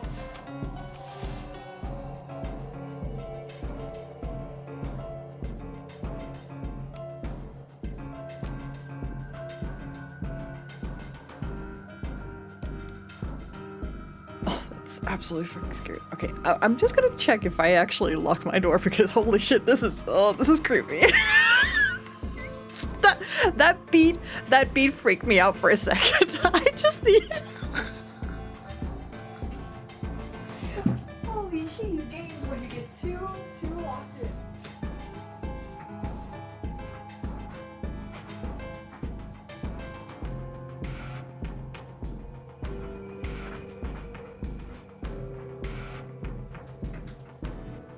Fucking game.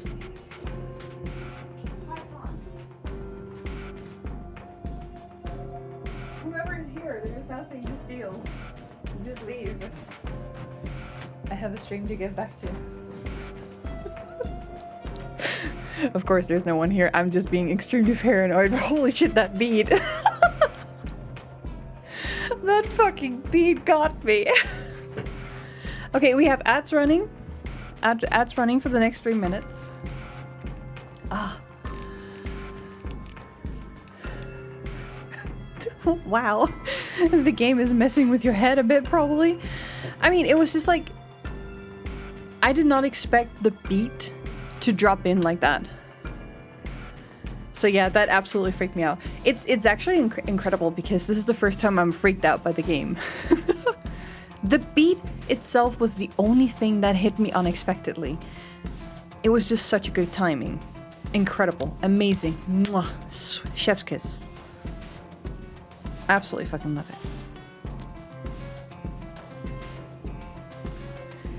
So Aoi knows that Noriko is Corpse Girl. Interesting. We continue. What? How do you... I'm the one who wants to kill you. Oh? I'm going to fucking murder you in your sleep. What? Noriko's silence convinces me that her memory is returning.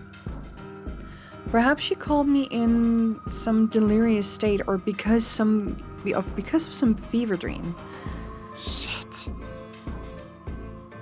The call disconnects as she curses. That stupid bitch. Did she seriously forget who she was talking to? I've had it up to here with her. As soon as Junpei works out the location of a factory, I'm going to go there myself and slit her throat open with my fingernails. I'll let her bleed out all over me and tell her that she never meant a thing to me. I don't care how much she loves me. I'll end her life quickly, before she has a chance to confess her feelings with one last gasping dying breath. Once Noriko is dead, the human removal service will no longer have any competition. Are there any sane people in this game? I mean, we've yet to see Tomoe's perspective, and as I've been saying from the very beginning, Tomoe might have aggression, but she's probably the most sane out of all of them. So far, at the very least. I feel like Tomoe is the only, like, the long-haired blonde girl with like pink ends. She's She's dressed really skimpily, like a extremely flirtatious girl, but she seems like she has her head on. And what's Tomoe be the craziest? She's behind all of it. I mean, right now Aoi is basically confessing, as we see here. I don't care how much she loves me, I'll end her life quickly before she has a chance to confess her feelings with one last gasping dying breath. Once Noriko is dead, the human removal service will no longer have any competition. That kind of sums it up for me. I'm pretty sure Aoi is the girl in that one picture. In that one gallery picture where she's like hovering over the fake Junpei body. I'm pretty sure that's Aoi's silhouette. 100% sure. And I'll finally be able to take her place as Corpse Girl. Doesn't that sound like the copycat? That sounds like a copycat right there. Copycat. During our school years, I was always envious of Noriko. She was so beautiful, so slim and graceful, and she had a wonderful family, parents that love her more than anything. I never had any of that. I wanted so badly to be her. I struggled with my weight back then, but that wasn't the worst of it. I had an abusive mother and a father that essentially ignored my existence. Well, until he killed me by splitting my neck open. I would have given anything to trade places with Noriko and feel alive again. It didn't matter to me that Noriko complained about every aspect of her life. She moaned about how much she despised her delinquent sister. She griped about how her father walked out on her, but still sent her a birthday card every year. She lamented over the time her mother tried to kill herself in front of her and her sister, how her mother hung from the ceiling, barely alive, for hours and hours until Yuriko figured out how to call for an ambulance. But I would have taken all of that trauma over my own upbringing. I'd have traded my life for hers without a second thought. Noriko had no idea how lucky she was.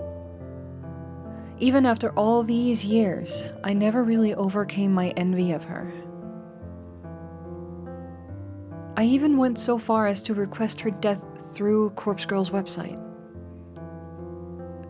Of course she didn't die. How could she have? Junpei figured it out before I did.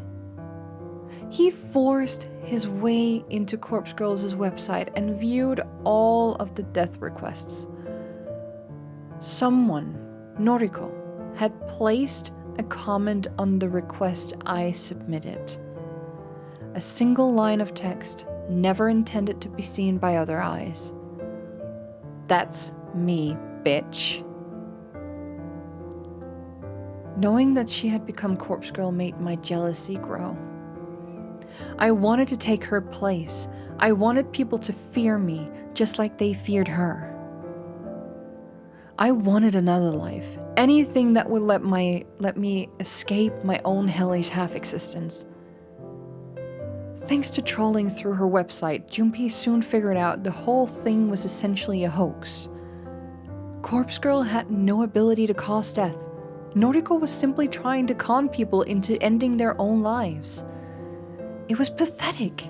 It made me laugh. I decided I would play along with Noriko's delusions in order to ensure her downfall.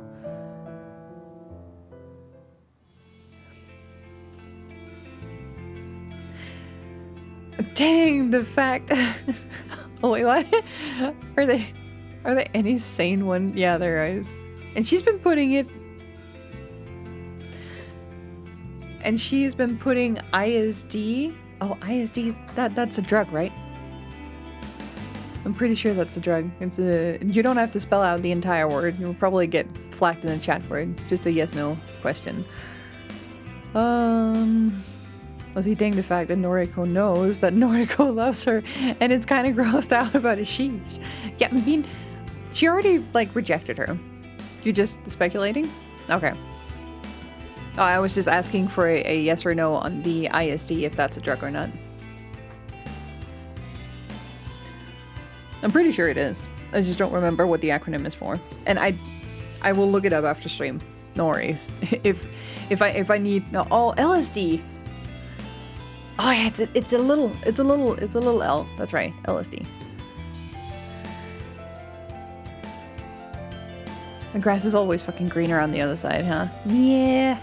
Yeah. I mean, I'm surprised Noriko hasn't, like, tricked herself into, like, becoming her own victim yet. With the way that her mind works, it's incredible that she's still alive and functioning.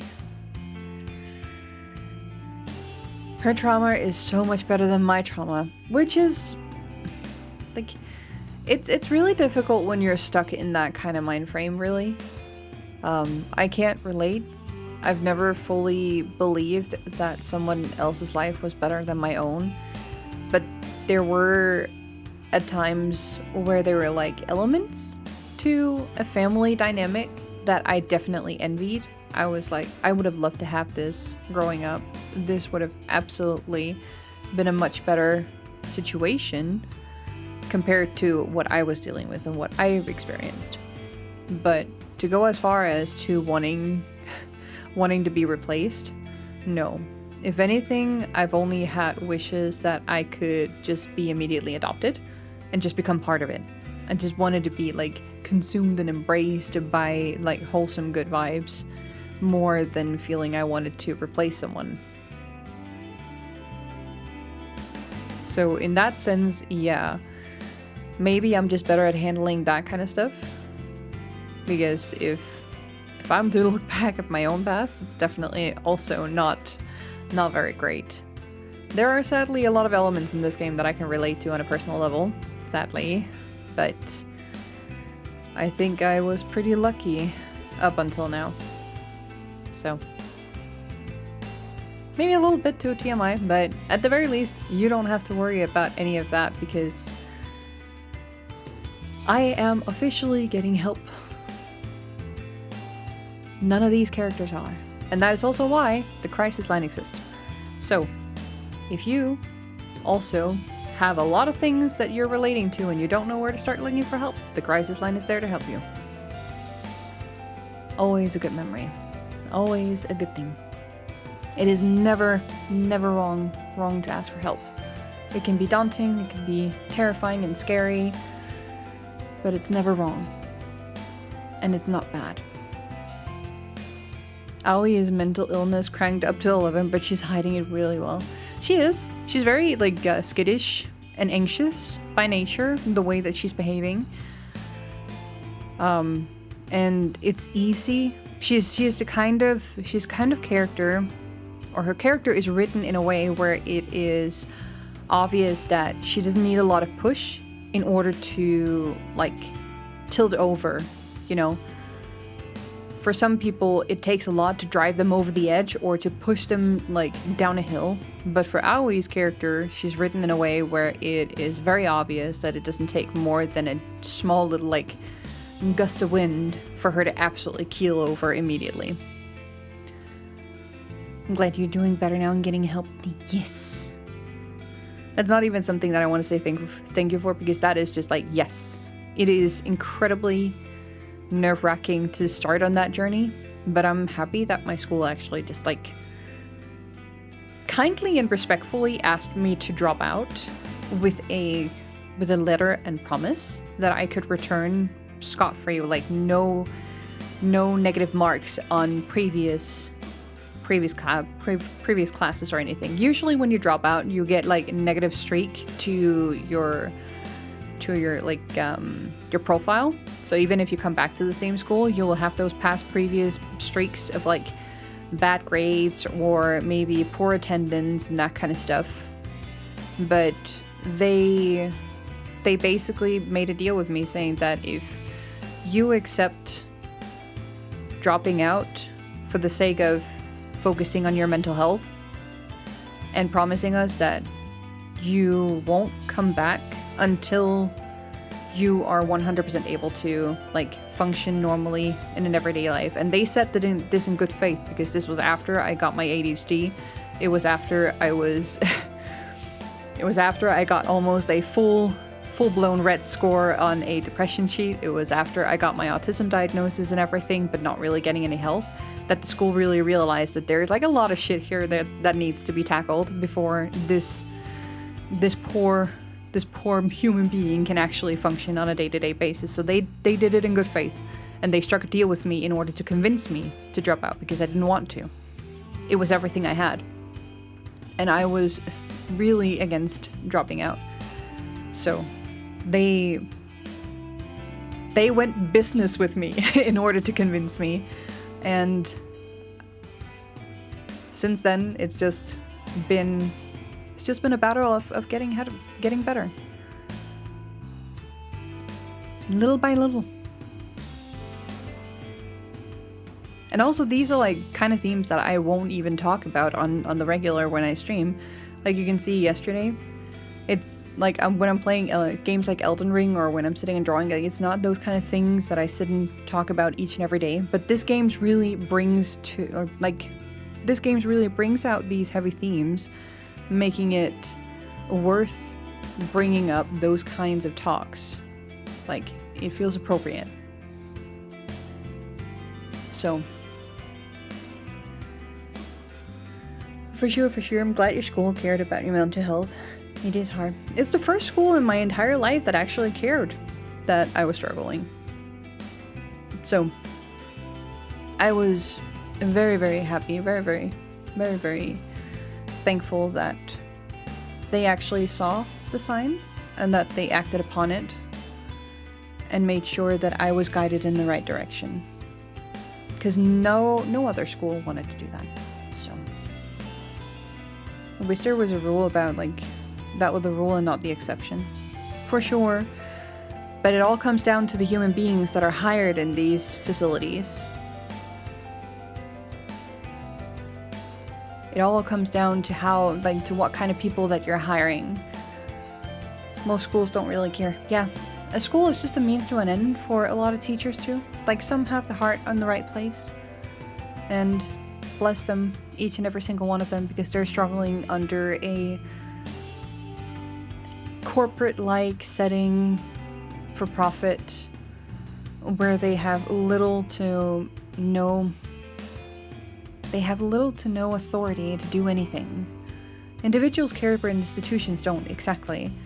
And this was why I had to switch my clinic too, because my previous GP was a really kind woman. She had her heart in the right place, and she was willing to go above and beyond and trying different ways of helping me with my needle phobia. I don't know what the word for that is. But the moment that we started taking action on that, and she was like having me go into like the first meeting with the nurse, that would be a consecutive string of meetings with the nurse to like get familiarized and gain more trust, in order to like even try doing like blood work so that we could get me tested for allergies and whatnot, because I've not had blood work test for my health in almost 2 decades now. This is incredibly like scary to think about, because what if there is something that needs to be caught? You won't catch it. Why? Because you can't put a needle in me. So it's imperative for my future health and current health that I'm able to establish a relationship with doing these kinds of simple things that would help me catch potential danger.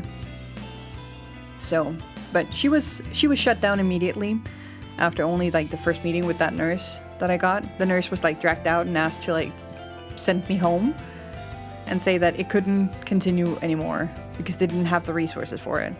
That was how it ended. And since then I didn't go back to the doctor's clinic because I didn't feel like I could actually trust my doctor, because, well, she was under the wings of a corporate-like situation that deemed it a waste to help a patient. Sadly.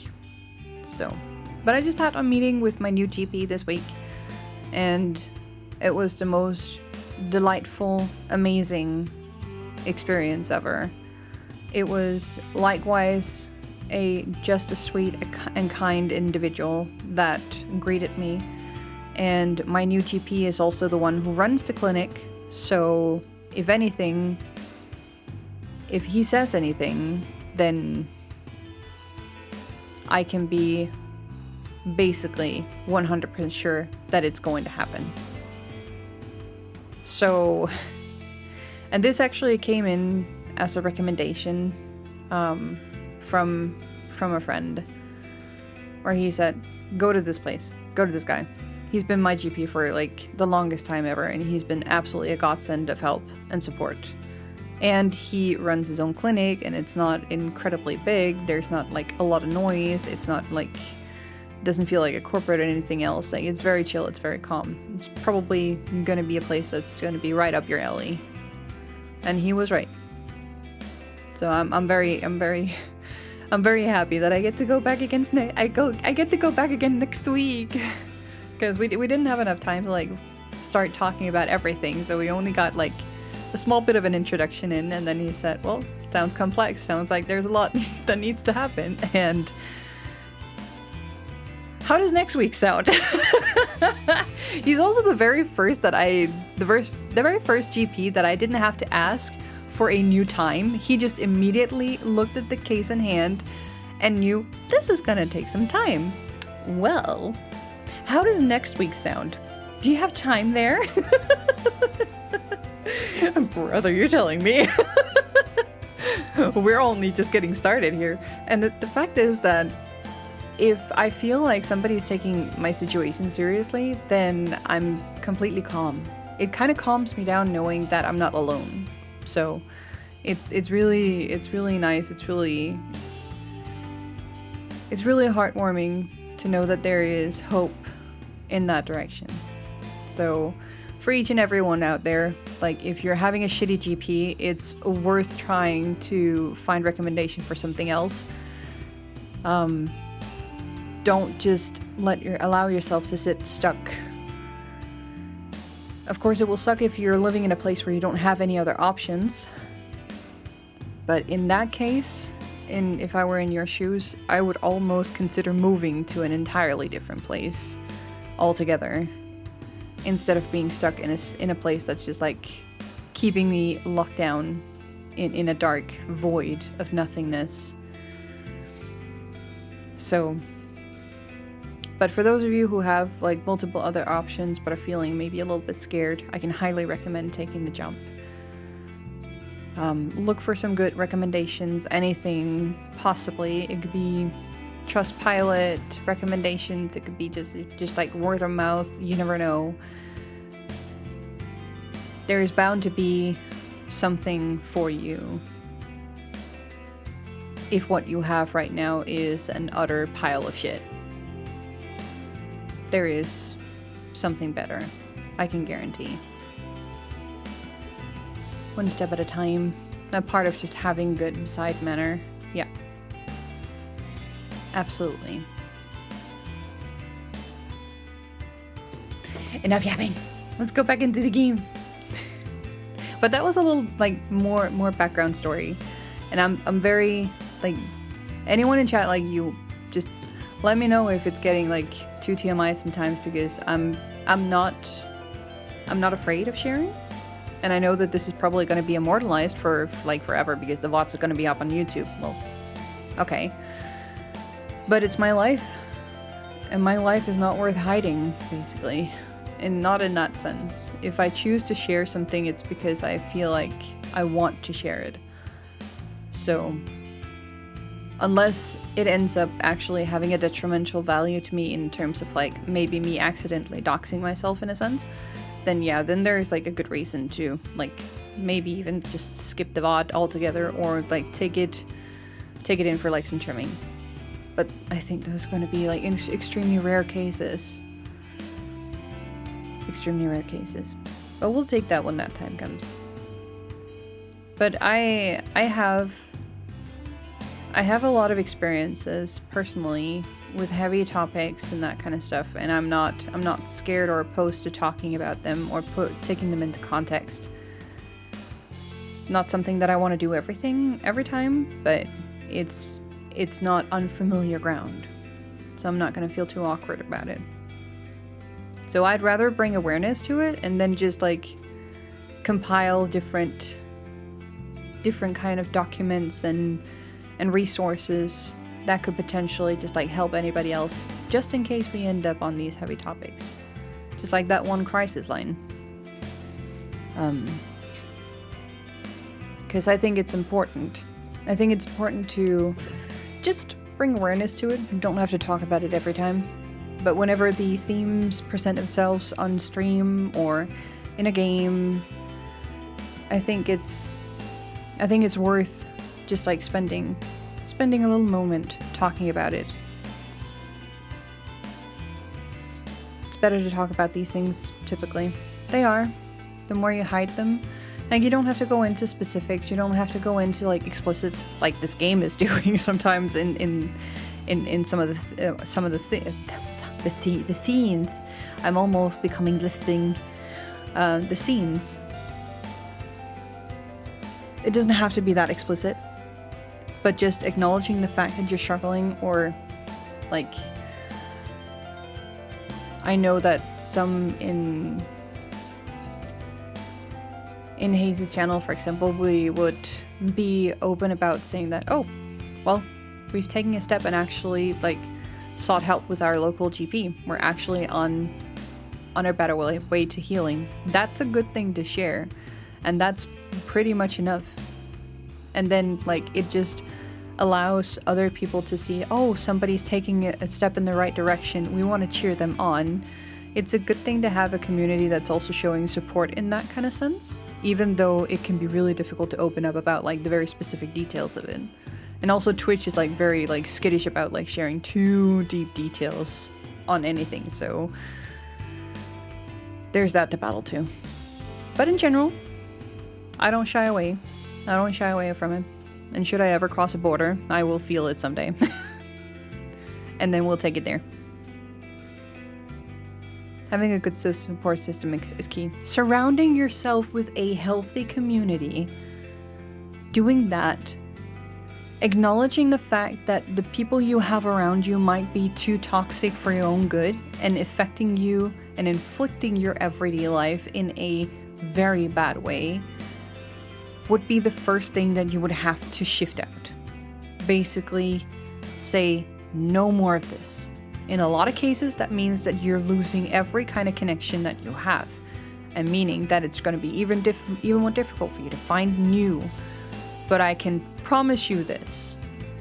You will find new people, because the moment that you start setting healthy boundaries and you start cutting away that toxic weed around you, you're making room and you're making airflow to that soil that's been tainted for so long.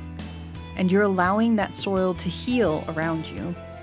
And once that soil is healed, slowly but surely, you will start having new sprouts. And if you're cultivating it correctly, and if you're nurturing it right, you will slowly but surely see that you're going to be able to start growing new and better healthy relationships. Like, you're going to be having lots of lovely floral surroundings around you instead. Just to make an allegory or like an image. Instead of having a whole range of dead, decrepit, and thorny, prickly, nasty plants around you that's constantly hurting you the moment that you're trying to interact with it, cut it down. Move it away. Re-nourish and turn out the soil. Replant new and better seeds. And just watch it grow naturally. It's one of the best things that you can do. And you are the first one who can take that step into nurturing and fostering a new and good environment for yourself.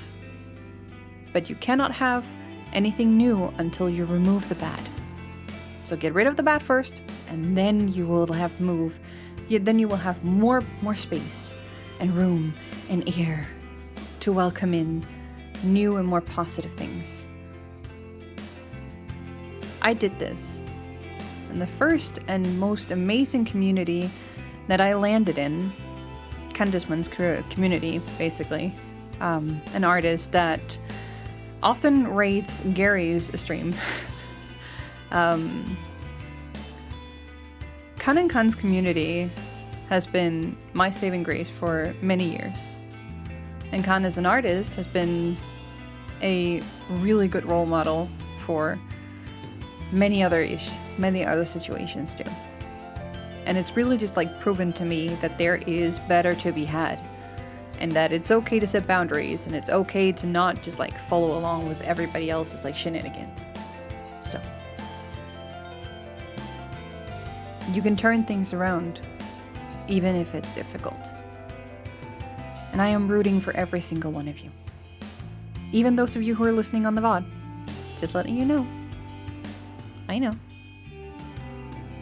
I'm rooting for you. Even when you think no one is, I will.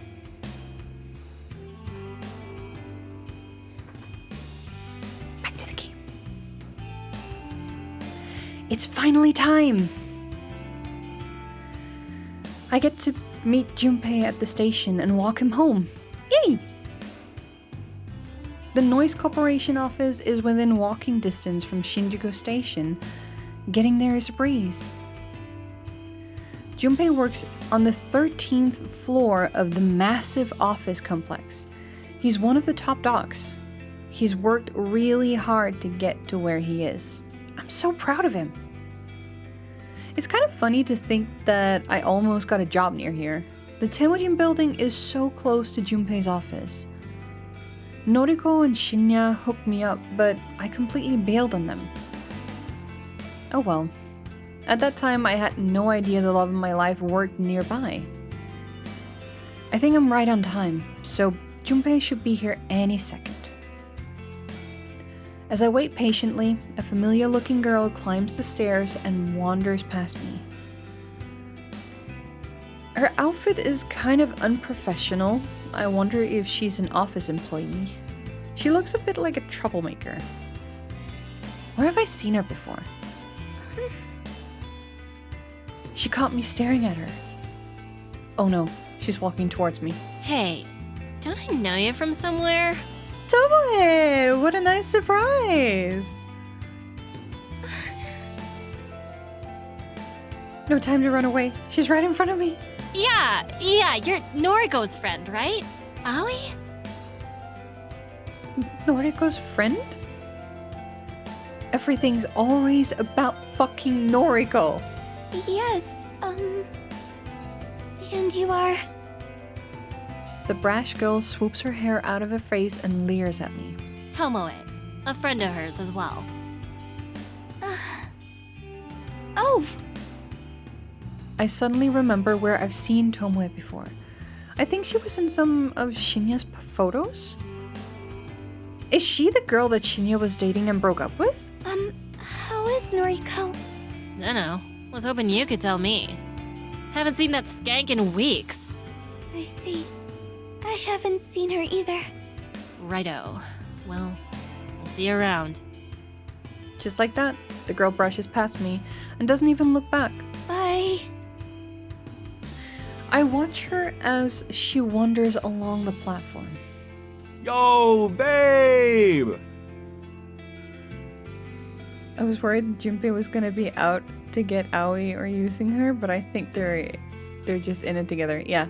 At this point, I think Aoi is the copycat, and Junpei, who's none the wiser, doesn't know who like the human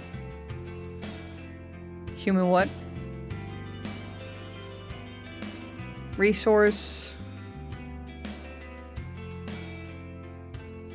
Human removal resource? Human removal service? I think it was. Like he's the accomplice to that site. But he doesn't know who the mastermind behind it is. He just thinks that it's like some entity. But I'm pretty sure it's Aoi. They're getting rid of bodies, people. Exactly. Exactly right. But yeah, he's an accomplice. Junpei is an accomplice to that. And I think Aoi is the one leading it. But he doesn't know. Because he doesn't know who... He doesn't know the face of the person running the site. So, this is going to be interesting. Junpei! What up, doll? Hey, that chick you were just talking to? She works at Tamuchin. I see her walking around here all the time. She's the one I told you about. Wait, that's her? Yup. She used to help that Kojiro asshole deliver putties for Corpse Girl. Oh. I've been waiting for ages to introduce you to. Oh. I nod at Junpei and immediately break into a run. Go get her, babe. Junpei cheers Fade as I leave him behind. What? Why? Tomoe. She's the one helping Noriko. Helping Corpse Girl.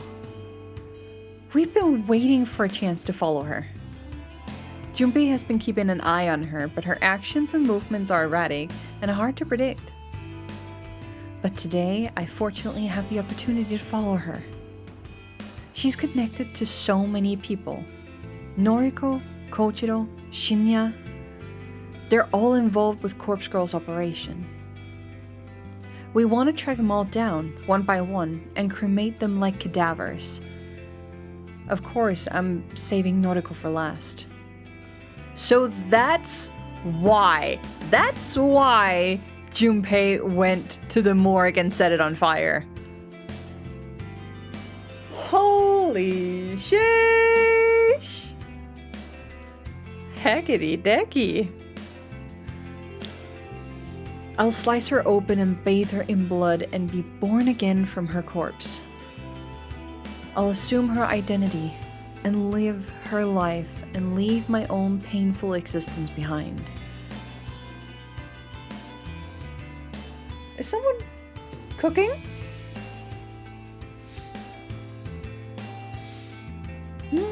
Someone's cooking. I can smell it through the airways. Fascinating. What are they having? It must be some meat. And maybe some steak.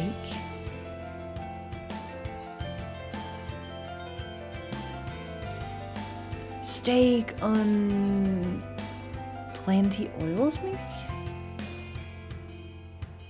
Interesting. Bon appetit! I race along as fast as my legs will let me. My feet pound against the train platform, and several people passing by stop to watch me out of curiosity. As long as Tomoe doesn't notice I'm tailing her, then I don't care who sees me. I follow her all the way to the end of the platform, then I blend into the crowd as we board the same train.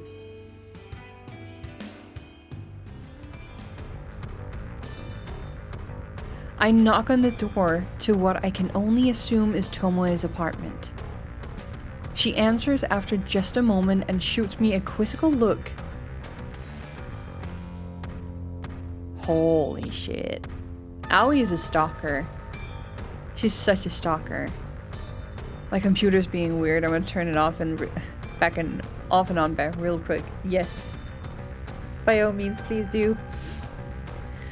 As soon as the door is all the way open, I dash forward and slam into Tomoe with full force of my tiny body. What the fuck?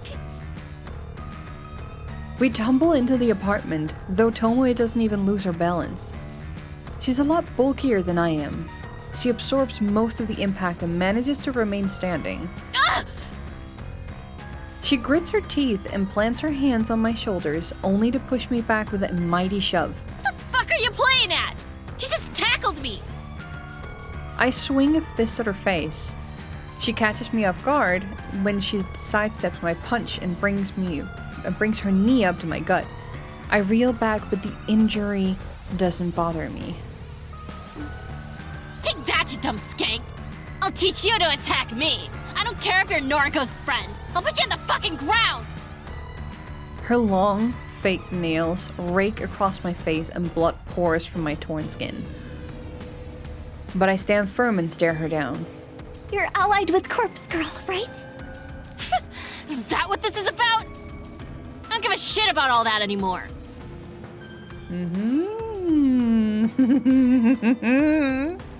It's all behind me. Is it now? I don't think that's true. You know Corpse Girl's identity? Of course I do. Why? Are you curious? Got someone you want to have killed? No. I know that it's Noriko. You're damn right. I should have guessed that a friend of hers would be just as psychotic. Noriko can go fuck herself for all I care. I'm done with her shit.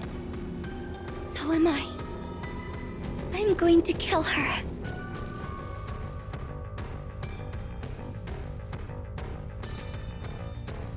Tomoe raises an eyebrow. That so? Well, she kinda has it coming. I see. Corpse Girl is done and dusted. Doubt the public even remembers her these days. Oh. It's all about the human removal service.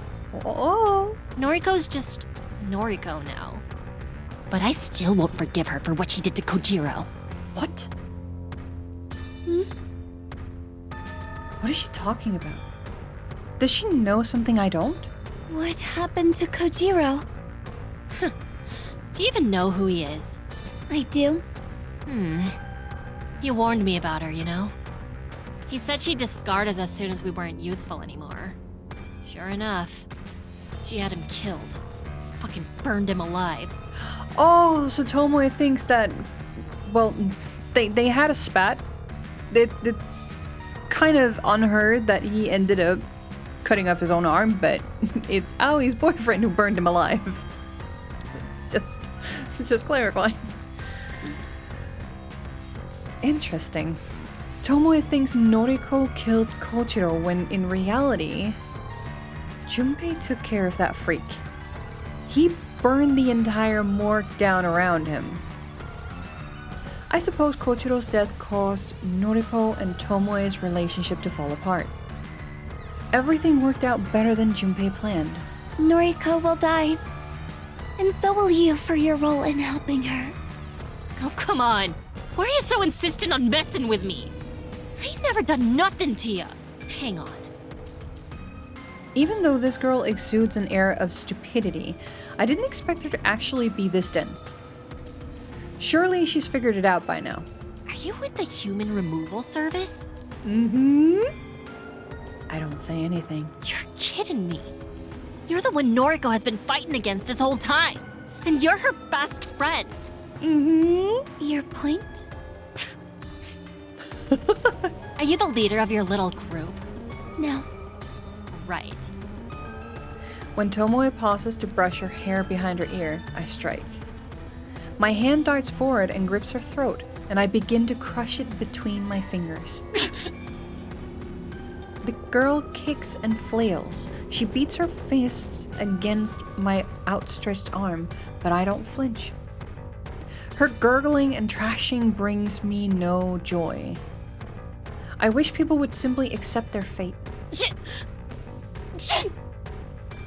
Despite how tightly I'm squeezing her throat, she manages to form the beginning of a word. I can only guess that she's trying to call for Shinya.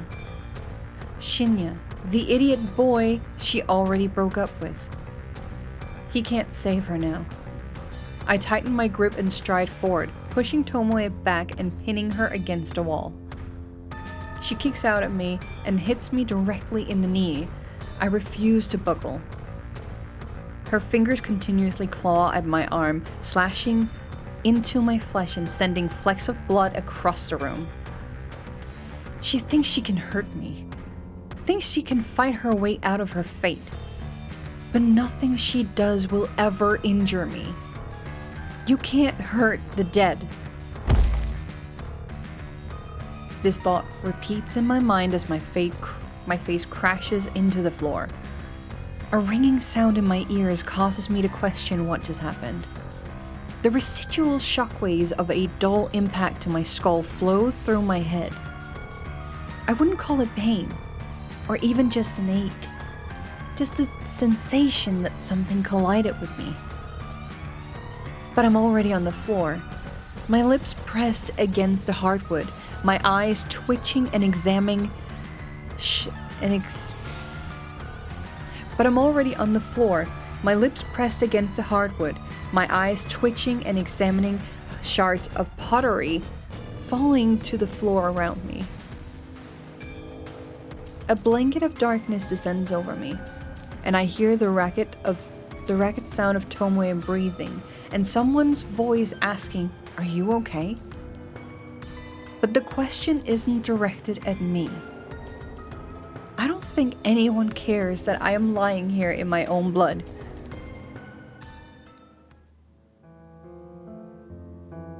I can't count how many movies I've seen where characters claim they've had an out-of-body experience.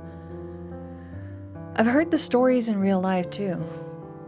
People on the brink of death or unconsciousness tell tales of how they could view their own body from a lofty spiritual perch. I've tried that. Never been on the brink of that though. But I've been there, I've done that. It's related to something a little bit different. Children experience it far more than adults, and I've heard that it can be linked to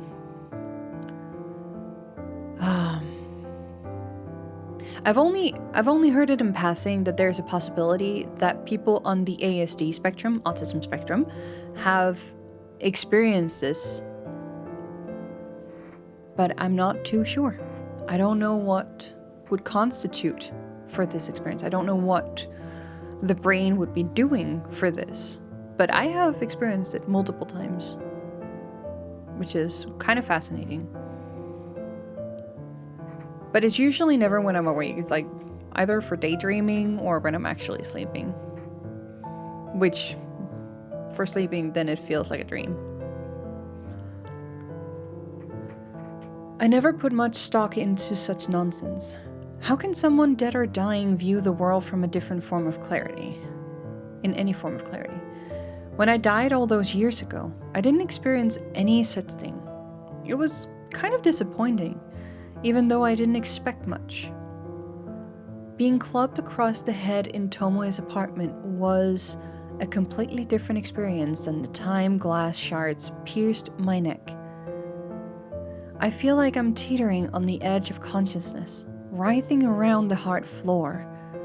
I can see some light, some blurred shapes, and I can see my body down below. My body delicate and frail and slowly decaying. I don't get it.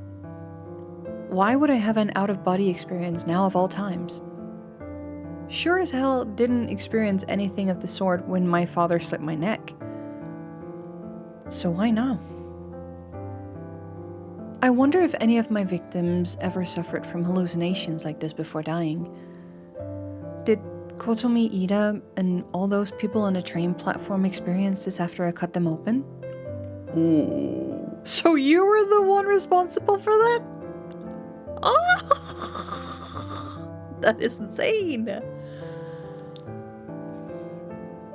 Did they also helplessly look down on their own bodies from above as the train screeched past? Emi Katsuno? Boy, did she scream when I pushed her over the balcony railing? Did her spirit leave her body to look down on her splattered corpse?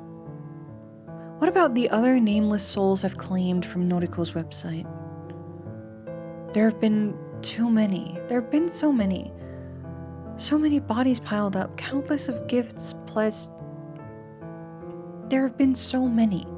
So many bodies piled up, countless gifts pledged in Corpse Girl's name. I didn't kill them because I wanted to shed blood. I did it to delude Noriko. That was the goal at the very start anyway. Noriko never caught on to what I was doing. She took all the credit, thinking she was some all-powerful being in control of the fate of her victims. She never even tried to understand the truth. I slaved away for her, cutting and strangling and slashing and slicing.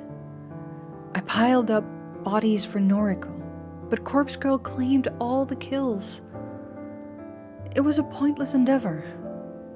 I think she would have spiraled into madness even without the power trip. I suppose it doesn't matter now. Things have changed.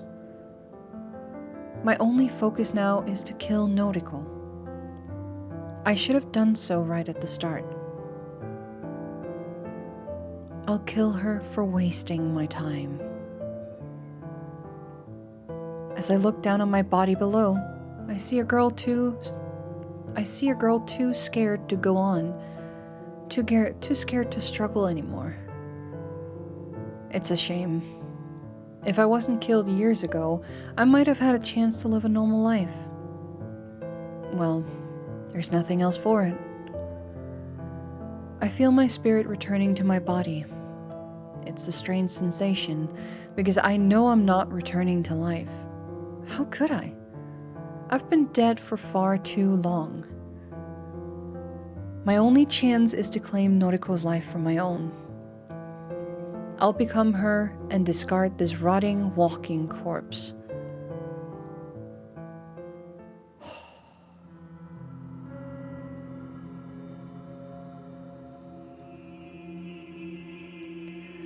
I can hardly see without my glasses. Everything is blurry, foggy, lacking a solid outline. Colors bleed into other colors. Blue blends into purple, yellow melts into brown. It doesn't help that I'm partially colorblind. I never had much luck telling red and green apart anyway. Without my glasses, I'm practically blind. Helpless. You're finally awake. Fucking skank. She spits at me, and her filthy saliva drips down the side of my face. It's warm. I try to lash out at her, only to find my arms have been bound to my side. I try to scream out, but my mouth is gagged with what I can only assume is a sock. I try to lunge forward, but I'm strapped tightly to the wooden chair I'm sitting in. I can't believe this. It was Shinya! It was Shinya, he came to Tomoe's aid! This is so strange. I just... Shut up, Shinya. Jeez. Sorry. The blurred forms of Tomoe and Shinya are pacing the room. Even without my full vision, I can tell that the room is bright. Sunlight is pouring in from the open window. Just how much time passed since I was knocked unconscious? And why have they tied me up here? I scream into the mouth gag, somehow loud enough to capture their attention. Tomoe strides towards me and pulls the damn sock from my mouth. What? What do you want? I mumble something about being unable to see. Tomoe swears, stumbles around for a bit, then forcefully pushes my glasses onto my face. What are you going to do to me? I don't know. That's up to this genius. Her arm gestures towards Shinya, pointed finger loaded with accusation. Me? Look, I didn't mean for any of this to happen. I just saw you were in trouble, so... Why are you here anyway? We're done. Over. I wanted to see you. I'm not in the mood for their lovers' quarrel. Let me go. Or bury me. Either way, don't keep me here. You nearly killed me, bitch! It's taken all my strength not to murder you right here! Go ahead. Try it. You can't kill the dead. You're a freak. Let me call my father. I'm sure he can take her in for questioning. He can find out her motives for attacking you. I already know why she attacked me. She's trying to take down everyone associated with Tomoe cuts herself short. Never mind that. I wonder. Is Shinya not privy to Tomoe's relationship with Corpse Girl? Intriguing. As Tomoe's former boyfriend, I simply assumed he was a part of the operation. I thought he was an accomplice. If he doesn't know anything, then I don't need to kill him. One less person to deal with before I go after Noriko. However, I need to focus on getting out of here first. If you let me go, I'll never bother you again. A lie. Why should I believe you? You followed me to my frickin' home! I'm sorry. Lie. Then I'll exchange information for my release. I'll tell you anything you want to know. Lie, lie, lie. Hello, Brain Dead Slime. Welcome in. What a cute little emote. Thank you so much for the hydration. How are you doing today? And Maggie. Maggie. I've seen you, Maggie. I have my dashboard open. I know you've been doing mod stuff. You found a few little few little knobs who wasn't doing what they needed to do or supposed to do. Gave them a good beating.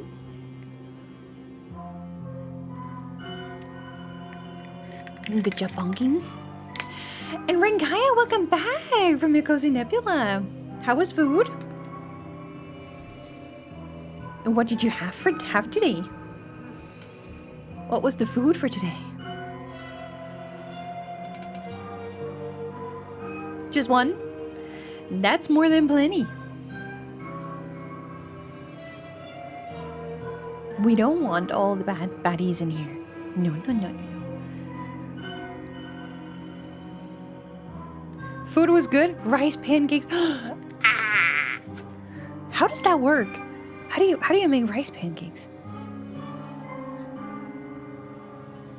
What was the toppings for the rice pancake too? I'm curious. Oh, we have ads coming in 4 or so minutes. Rice flour? Yeah, but that's just gonna make that like duck dough. Like rice cake kind of thingy. But you should be able to take rice as is and make something like you can like fry it on the pan? In a sense? Like how would you do that? Damn, y'all making me hungry. But tell us, Rengaya. Clear up the mystery of rice pancakes, because I would really like to know. There's so many ways that could be interpreted. Got creepy music running in the background and we're just waiting for the most savory kind of food description here. Kind of feels appropriate, doesn't it? One cooks rice and cauliflower and then put it in a pan with talc and egg so it becomes a floofy pancake and cheese topping. Ooh.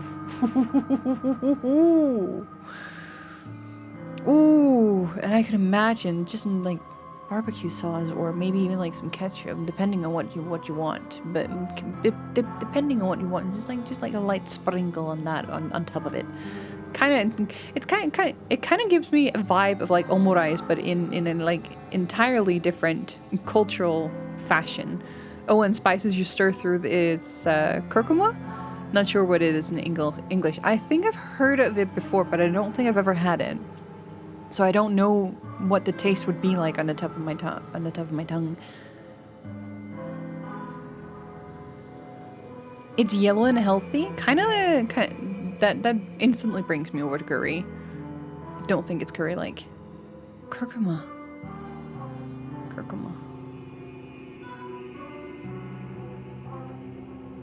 Do you know what kind of curry uses curcuma, I think? Oh! So curcuma might actually be one of the base ingredients for curry. I mean, curry is kind of like a very heavy mix of a lot of different like spice plants all together. So if it's part of it, I think I might be able to tell. The internet tells me that English kurma is turmeric. Oh hell yeah. Turmeric is a little bit more. What was it? Tangy? Tangy in flavor? Like it's not spicy turmeric.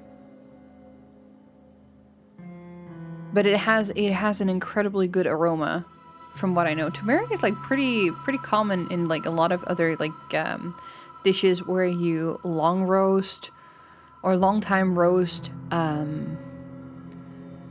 poultry, like birds and whatnot. You can't handle spices. I mean, you said this, and also pepper. So yeah, that sounds absolutely delectable, and I am incredibly jelly that I did not get to have a piece. Of course, I wouldn't be able to get to do the cheese topping, but everything else, sign me up. I would love a slice of that. Sounds absolutely delectable. Yum, yum, yum, yum. Yum, yum, yum, yum, yum, yum, yum, yum. Incredible how I can think about actually wanting to eat food when we've had the most amazing scene about cutting off body parts and have blood splattering all over. As if it was the most natural thing to happen in a day. It's fucking crazy. Absolutely batshit crazy. A lot of people wouldn't even be able to stomach food on top of all these topics that we've been through today. You guys sitting through this game with me are having very incredibly deep iron tummy. Iron stomachs. You can handle your stuff. You can try it yourself. One is not hard to make. Yeah, but I do not know how to cook. My upbringing taught me how to be scared and terrified of a kitchen, so my cooking extends to how to use a rice cooker and a microwave. That's basically it. I know how to clean as well. So it's usually just like whatever I can throw in the microwave or easily throw down into a rice cooker. Which sounds incredibly sad.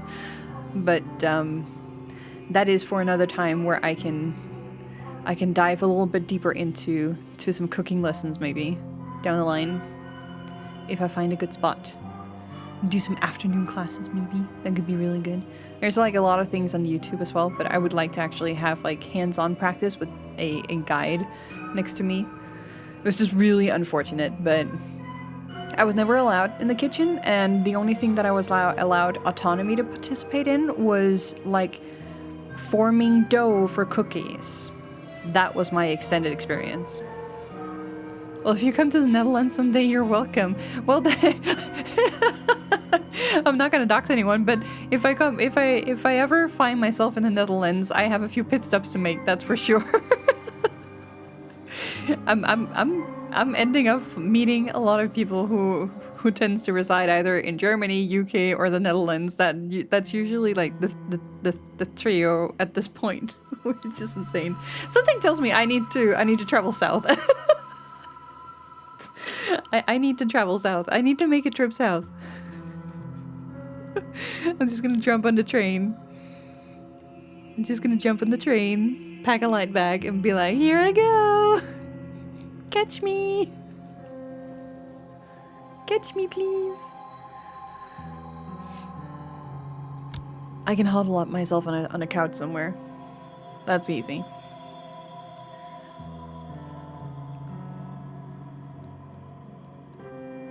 Another way to use my leftover rice. For sure. For sure, for sure.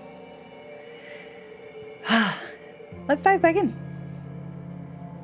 If I'm still guessing that we have 4 acts altogether. That we have 4 altogether. And we are in the 3rd one now.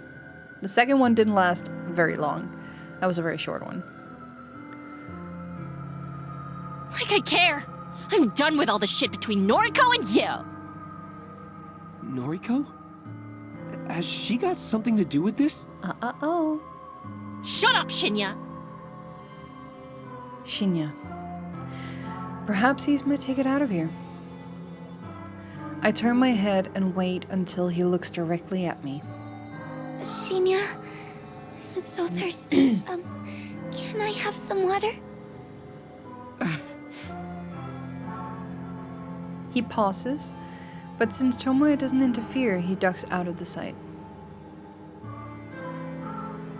So what did I miss? Did he die with his arm cut off? He cut his arm off, was losing his marbles due to bloodlust. And then Junpei shows up and sets the entire morgue on fire. So we've not confirmed whether or not he's dead, but assuming the chain of events, he is presumably dead. And as far as I can tell right now, Tomoe also just stated that Kojiro is confirmed dead. So, you had to leave when the mysterious figure talked to him? Yes. So that was Junpei coming in and setting the entire thing on fire. And from Tomoe's perspective, he's dead, and Noriko was the one who set it all on fire. But it was Junpei's doing altogether. And we were right. It was the blonde girl who was the baddie all along. You're right. She's the crazy copycat. He returns within seconds, holding a half-filled cup out to me. Here. I bop forward, the best I can against my restraints, and take a sip of the lukewarm tap water. Thank you. It's worth noting how easy he is to manipulate. He's the complete opposite of my Junpei, who is strong and independent and doesn't let anyone mess with him. So, about my offer. Will you let me go if I share information about the human removal service? Oh, I was right about Aoi. That was my gut first feeling. Yeah. She's confirmed to, at least for me, as much as the game has allowed us to see, Junpei is still the accomplice, and Aoi has expressed so much hate towards Noriko that she wants to replace her and kill everybody that's associated with her so that she can take over there. What she's saying herself, whether that's a lie or not, is that she's not the mastermind behind the human removal service. But I'm still thinking that she is. Shinya's face turned pale. The human removal service? That's... I really couldn't care less about all of that. I told ya, I'm done with everything. I see. Tomoe. She might have information that can assist with my investigation. We have to accept her offer. Oh, please. You're no cop as much as you fancy pretending to be one.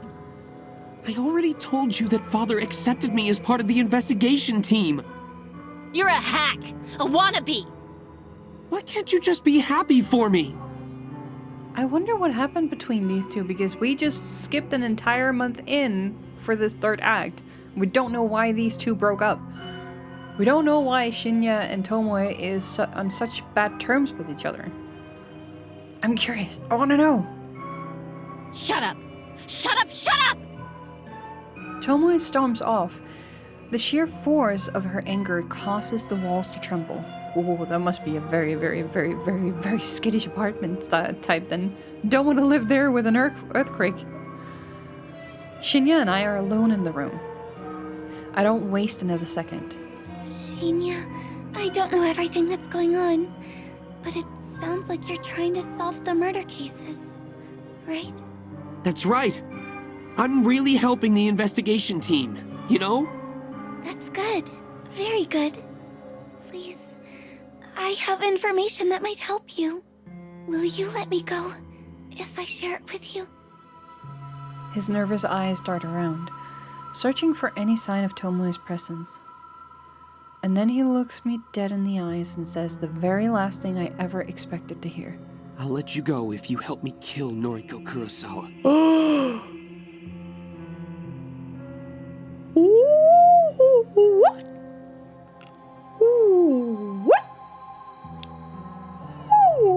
What? What? This is your apartment? Please forgive me for intruding. Shinya bows politely and removes his shoes. He places them carefully in front of the doorstep and takes a stride forward. He takes a good look around before turning to me. You have a nice place. Oh, please. I wish he would cut the formalities. We're here to discuss serious business. He's acting like we're new co-workers or something. I walk over to the door and make sure it's fully closed. I slide the deadbolt into place. The door is locked. I whisper this under my breath so Shinya can't hear me. The door is locked. Repeating phrases like this has become a sort of mantra. It helps me concentrate. When I'm about 90% sure the door is actually locked, I wander back to Shinya. It takes all of my willpower to refrain from turning back and checking once more. Thankfully, Shinya distracts me from my inner turmoil. Is everything you told me true? I want to make sure I have all the facts straight. Yes, it's true. All of it. Truth intermingled with lies is still the truth, right? I lucked out when Tomoe left the two of us alone in her apartment. If I had to explain things to her, I would have had to give her inside information on the Human Removal Service's operations. See? At the very least, she's inside and she's part of it. Which has me thinking that she is the mastermind, even though that she says she's not. Noriko help him in the office? Why kill her? We don't know. We don't know what went down. We don't know what happened after Kojiro was set on fire. An entire month has passed. We don't know anything about this. Is he someone that likes to be treated that way? I don't know. But apparently Noriko has something to do with why they broke up. That's as far as my knowledge extends. Anything less could have clashed with her existent knowledge and caused her to doubt me. But since I only had to explain things to Shinya, I had already determined that Shinya wasn't in the loop, so I concocted a convincing lie in order to secure his cooperation. And he bought it. Just want to get my head around it. Noriko Kurosawa is Corpse Girl. She's the one that was behind the initial string of murders across the city. She delivered photos and corpses to her victims in order to convince them that they would die soon. And that had the effect of causing people to kill themselves. Almost a self-fulfilling prophecy. Of course, all of this part is true, kind of. Shinya doesn't need to know that I acted behind the scenes and brought the victims low by my own hand. Those acts of violence almost seem like a distant memory now. I was so committed to aiding Noriko that I couldn't think of anything else. In the end, my assistance didn't even help my own situation. I only propelled Noriko's ego into the stars and continued to suffer my cursed half-existence. But it wasn't long before another group started killing people in much the same way as Noriko did. A group called the Human Removal Service. They've killed hundreds, if not thousands of people in the past months. Again, all true so far. And you were enslaved by Noriko? Forced against your will to infiltrate the Human Removal Service and bring them down from the inside? Oh, girl, what a way to spin the entire shit show. This girl is gaslighting, manipulating, stalking. I think OCD is the least of her problems. That's right. He's a fucking idiot. That explains why you want to kill Noriko. You want to be free from her, even if it isn't exactly the legal thing to do. You know, Shinya, I kind of pity you. I pity you because I really, truly would want for you to be able to do what you really want to, but with this kind of intellect, I'm really doubting that that's ever going to be a thing. I'm sorry. he's gonna end in he's the type of character that's gonna end up in a dumpster somewhere because he doesn't see the danger coming miles away. Like, as a detective, you really have to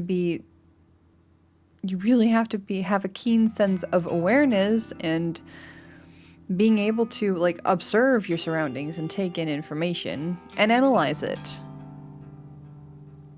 But he's just taking facts that are handed to him on a silver platter and putting the puzzle together. I feel so sorry for him. I pity him. Because he really wants to be a detective, but it's not in the cards for him. I don't know. You got the heart in the right place, buddy, but you're in the wrong field of interest. Sadly. Legal. What kind of pedestal is this guy standing on? He specifically requested assistance to do the exact same thing. He wants Noriko dead. Just like I do. But if I remember correctly, you only managed to learn one important thing about the human removal service, right? Yes. The group is made up of dozens of members. Dozens of people that all masquerade as the leader known as the Herald. There's no single person responsible for the murders. It's the joint effort of a large group, all striking across the city simultaneously. Am I correct? And there's the real kicker. He is absolutely spot on. I didn't mind sharing this tidbit of information with him. It does nothing to assist with his investigation. And wrapping the lie that I was Noriko's lackey in a blanket of truth makes everything all the more convincing. Yes, that's right. That is some crazy shit. Now we're talking about like an actual corpse factory, or just like a human room, just like a murdering corporation. Like, this is not even just like the classic like mafia going up against like another like gang kind of violence. This is like a whole different level altogether. What the heck? Phew, okay. I think I understand everything. Thank you for your help. There's one thing I'm not entirely comfortable about. Shinya hasn't been forthcoming with his reasons for wanting Noriko dead. If I don't air the question, I feel like he will never address it. Can you tell me why you want to kill Noriko? He tries to back away from the question by twiddling his thumbs and pretending to examine a nearby wall. Shinya, I need to know. Otherwise, how can I trust you? Trust. It's a word that always made me laugh. How can I trust anybody? I couldn't even trust my own parents, the people who swore to raise me and protect me. My mother hit me when I misbehaved, when I overslept by 5 minutes or raised my voice ever so slightly. I was a child. How could I ever trust her not to lash out at me? My father, how could I ever trust him after he killed me? And Noriko? Noriko, the one friend I opened up to, the one person who knew all about my struggles. She betrayed me. She kept her perfect life out of reach, taunted me with it, dangled it in front of me like a carrot on a string. And when I asked to share her life with her, she completely misinterpreted it. She told me she loved me, told me she wanted to be with me. She wanted to shower me with gifts, hold my hand, be intimate with me. She wanted to be my girlfriend, but how could I ever be intimate with her after what I went through? She didn't understand me. She didn't understand what I wanted to be. That I wanted to be her, not be with her. She wouldn't trade lives with me. So how could I ever trust her?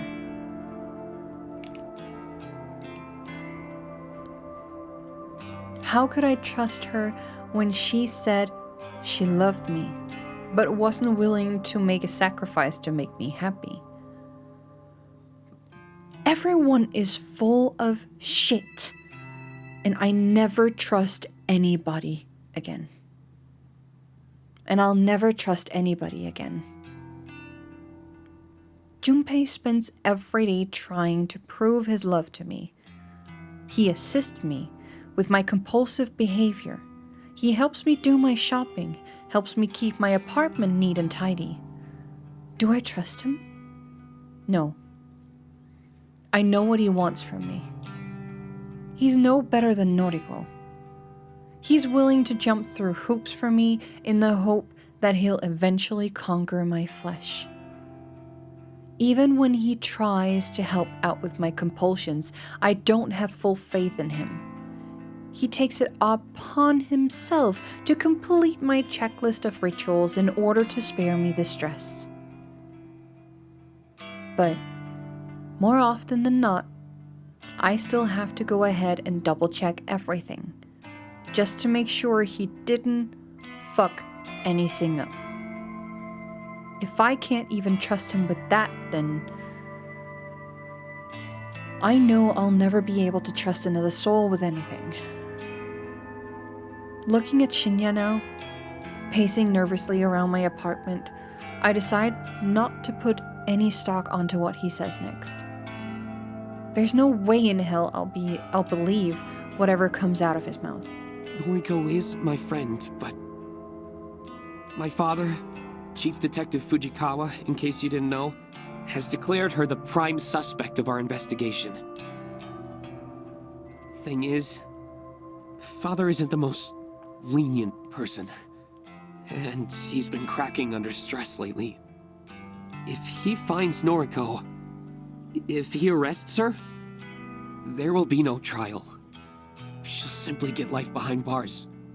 Guaranteed. Shinya hangs his head, and I hear a quiet sob. Is that our country's idea of justice? She doesn't deserve anything less than death for her crimes. Letting her live safely behind bars isn't a punishment. It's an act of mercy. I want to ensure Noriko receives true justice, fitting judgment for the lives she destroyed. What he's saying just doesn't add up. How does he know she won't receive the death penalty?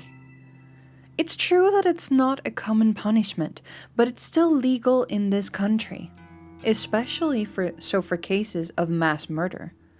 This game's world is set in Japan, and Japan still till this day, IRL, in real life 2025, has this active.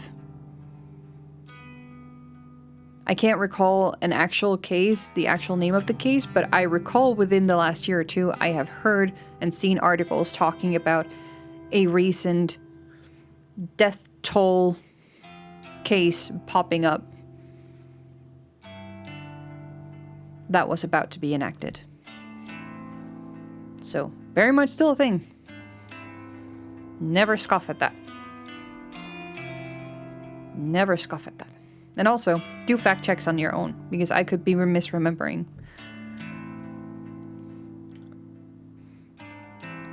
No sad story time for you. Nobody will feel for you. Aoi has a significant disconnect from reality. Aoi is so much self-pitying. The kind of person that would say, why does the world do this to me? I did nothing wrong. Dang, Junpei really is trying for her, like an unhealthy amount. He is a light. He would write the death note. He is. He really is. Why is the theme of this game going to hell in a handbasket?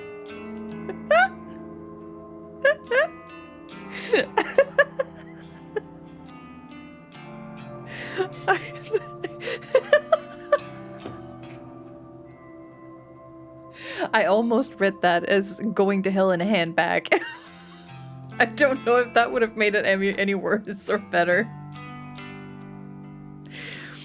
But I would just like imagine this one entity just having this magical handbag collecting all of these individuals that needs to go into hell. And just strolling down the street with the most perky gait ever. That would be absolutely fucking hilarious. Oh, that would be so funny. Holy shit. But yeah. Fun fact. The death toll still is a thing. These characters are just all swirling a drain and doing terrible things to people and each other. 100%. 100%. And even though Tomo is still till this point is the most sane, she's not much better. Like, she's all... If we are to make a tier, or not even a tier, but just like a ranking for who is the healthiest, Tomo is still sitting on top. For now. I didn't know much about Shinya, but Shinya just didn't even last as a competitor for the first place anymore, so... Holy moly goly!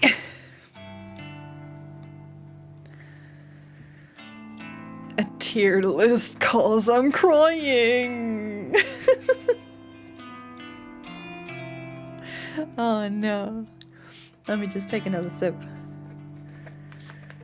Tier list, just like the one that's on screen right now.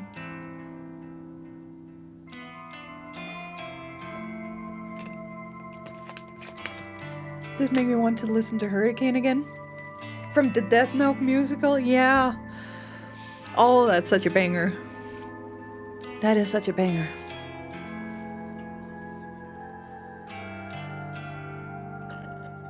Does Shinya have information that I don't?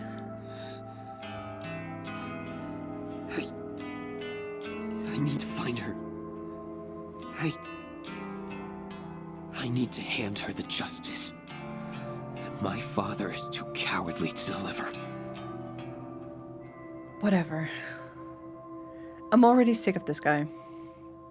He acts like he's been personally wronged by Noriko's crimes. Like he's so high and mighty and knows what's best. I doubt he knew a single person that Noriko killed. Fine. To be honest, I don't really care about your reasons. As long as you want Noriko dead, then our goals are the same. But I have to ask, will you turn yourself into the police after you kill her? Once again, Shinya hangs his head. I'd be a hypocrite if I didn't. He leaves his sentence hanging in midair. It wasn't exactly a confirmation. There's only one problem. I have no idea where Noriko's hiding. She doesn't live in her apartment anymore. She doesn't show up to her office. I know that she has a factory that she runs her operation from, but I can't find it. I see. I might be able to help. Tomoe and Noriko used to spend a lot of time together. Not sure what they used to get up to, but I checked the travel history on Tomoe's IC card, and she made a lot of trips to Shinokubo. Her IC card? For people traveling by train every day, buying single-use tickets is often a pain in the ass. Reusable IC cards are much more convenient. You can top them up with money and simply swipe them at the ticket gates to have your train fare automatically deducted. Best of all, they keep a record of your transaction history and the stations you've traveled to recently. In fact, the fact that Shinya even thought to look at Tomoe's travel history makes me want to reconsider my initial assessment of this guy's detective skills. Shina Okubo, you say? Yeah, can't imagine what she was doing there, but all the dates she traveled to that station coincide with days she claimed to be hanging out with Noriko. I still don't think Shinya realizes that Tomoe was in on Noriko's operation. Regardless, this is valuable information. chances are good that Noriko and Tomoe spent a lot of time together at their factory, and that factory may very well be located in Shinokubo. I'll feed this information to Junpei and see what he makes of it. Perhaps he knows something I don't. Thanks for the info. That's enough for today. I'll contact you when I locate Noriko. Oh. Say, just one more thing. What is it? If you've been wanting to kill her, then why haven't you just called her and asked her to meet up with you? He thinks he's so clever. He thinks he has everything all worked out. He doesn't know shit. It's not that easy. I need to find where she's living and running her operation from. I want to destroy everything involved with Corpse Girl. I want to burn her factory to the ground. More lies. Lies on top of lies. The truth of the matter is that Noriko knows perfectly well my intentions for her, even if she temporarily forgets it during moments of delirium. She would never agree to meet up with me. Not now. Things were different not so long ago, but I missed that opportunity. Noriko worked out my position in the human removal service. She figured out that I'm the herald, the one responsible for slicing and dicing. There you have it, chat. Full confirm. Full confirm. Now, whether or not there's a whole fucking team of extras who's also posing as the herald, that I do not know. I do not know if that's just like extra bonkers made up information or not. I don't know. But there you have it. Aoi is the culprit. She just outed herself. Look who's saying that. Talking about high and mighty. You know who else acts like they have been wronged by Noriko's crimes? Noriko living under a bridge somewhere. I mean... yeah. For real. For real. Like, wow. Why is this this is absolutely fucking crazy. She doesn't know that there's more than one herald, but that's irrelevant. Okay, I should have read this. I should have read that. Then I would have known. And she doesn't know that I'm responsible for the mass bodies littered across Tokyo thanks to Corpse Girl's website. However, as long as she knows I'm a threat, she'll never agree to meet with me. How she came to the conclusion that I'm the enemy is beyond me. She's a sharp person, despite teetering on the edge of total breakdown. It doesn't matter. The point is, I can't simply call and meet up with her. Besides, I actually do want to locate the factory just as much as I want to locate her. The factory is where I'll plant myself. It's where I'll start my life anew. It's where I'll grow and blossom into a new Corpse Girl, once I've taken over Noriko's identity. Shinya is contemplating my answer. It seems good enough for him. Fair enough. You want to see Corpse Girl completely and utterly defeated. I get that. That's your idea of justice. Sure. Agreeing with him will make this ordeal of a conversation end quicker. I'm going to get some rest. So... okay. I understand. I'll take my leave. Call me when you locate Noriko, okay? yes. Lie. Farewell then. He makes his way to the door, and I don't take my eyes off of him until he disappears through the portal. When he's gone, I tiptoe towards the door and confirm it's fully closed. I make sure the door is snugly nestled in the wooden frame. I lock the door handle, then slide the deadbolt into place. The door is locked. But is it? The door is locked. I can't be certain. To my eyes that fail me on a daily basis, that betray my mind with illusions and phantoms, the door seems to be locked. But why should I trust my eyes? I don't trust anyone. Why should I trust parts of myself? I can't even see colors clearly. Red, green, whatever. I can't see anything without the aid of glasses. The door has to be locked. It has to be. Otherwise, I won't be able to walk away. I won't be able to stop thinking about it until I come back and check again and again and again and again. The door is locked. I turn away, take a deep breath, and then immediately turn back. The door is locked. The door is locked. I'm pretty sure the deadbolt is in place. It certainly looks in place. I'm so exhausted. I'm tired of the routines and rituals. Why can't I just walk away? If I walked away, the problem wouldn't exist.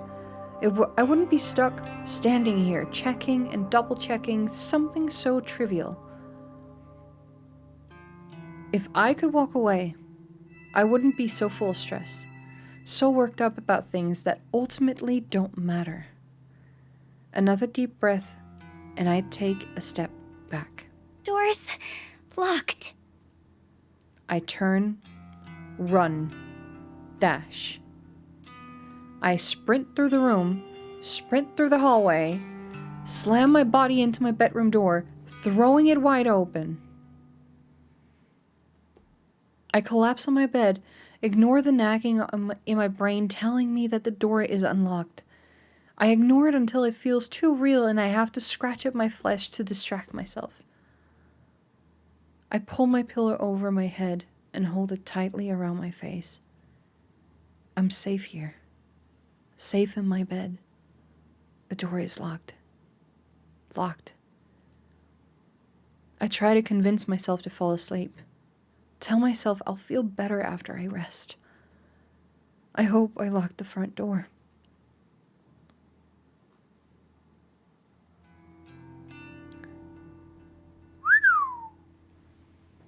So yeah, I reckon I'll have some work for you soon. Girl, I already know you were the enemy before the story started. You're not as smart as you think. Noriko is a crazy person who had a misfortune of growing up with a friend who was even crazier. Yeah, at the very least, Noriko has an obvious case of delirium. Like, she literally is losing her fucking mind to the point of hallucinating and not even knowing right from wrong. It's not an excuse for anything that she's doing, but it's easier to put her under a... what is it that we're calling it? State of madness? Whereas Aoi has far too much sanity, even though that she's anxious, even though that she's easily provoked. She has far too much sanity around her, and she's far too keenly aware of her actions. Now, that's not to say that Noriko isn't, but Noriko is much more prone to listen to hallucinations and fake voices. Aoi, too, has that with her OCD, but it's not really anything that we're seeing coming into play when it comes to actually wanting to kill. She's perfectly sane, saying that when she says that she wants to kill. For Noriko, on the other hand, whenever it comes to killing and when it comes to all this corpse thingy, it's attached to an entirely different identity altogether, like a spliced or split personality kind of thing. They're both under the code of extreme mental instability, but for very different reasons. But if you would have to go up into legal court and argue about different cases, and you would have to only pick one of them as the more insane one, then Noriko still takes the cake. Even though that Aoi is much more gaslighting, much more manipulative, it just goes to show that she has her wits about her more of the time compared to Noriko. And that's... I don't know if it's more scary or not. I would actually say it's more scary. Even though that someone like Noriko would be equally as terrifying, I still feel like with the intelligent way that Aoi has, like her Aoi's ability to shift and change everything around her, to bend situation in her favor almost, that to me is more terrifying than somebody who's just going crazy and running around on bare feet, screaming at the top of their lungs. Someone who's silent, knows how to like work in the shadows and creep around corners. That's like a predator level kind of madness, and not just like a feral state of madness. And I much more fear the intelligent predator than I fear the erratic predator. Personally, at the very least. The other heralds have been keeping the numbers up. There just haven't been any requests for this area lately, you know? Yeah. Oh, so he does know. Junpei does know. I'm only half listening to Junpei. He said something about why I haven't been tasked with killing anyone lately, but I don't really care about the reasons. Junpei is the only one in contact with the leader of the human removal service, so Aoi is not the mastermind, but she is part of it. Amazing. Incredible. Junpei is her enabler. Is it possible she would have self-destructed by now? Still mastermind enough. Yeah, still mastermind enough. If not for him, yeah. Possibly. If Aoi was the one who set the human removal service up, which she probably was, then Junpei would probably be the one in charge of everything else that's running underneath. But she's still acting like a herald. I think that's it, yeah. I think that's it.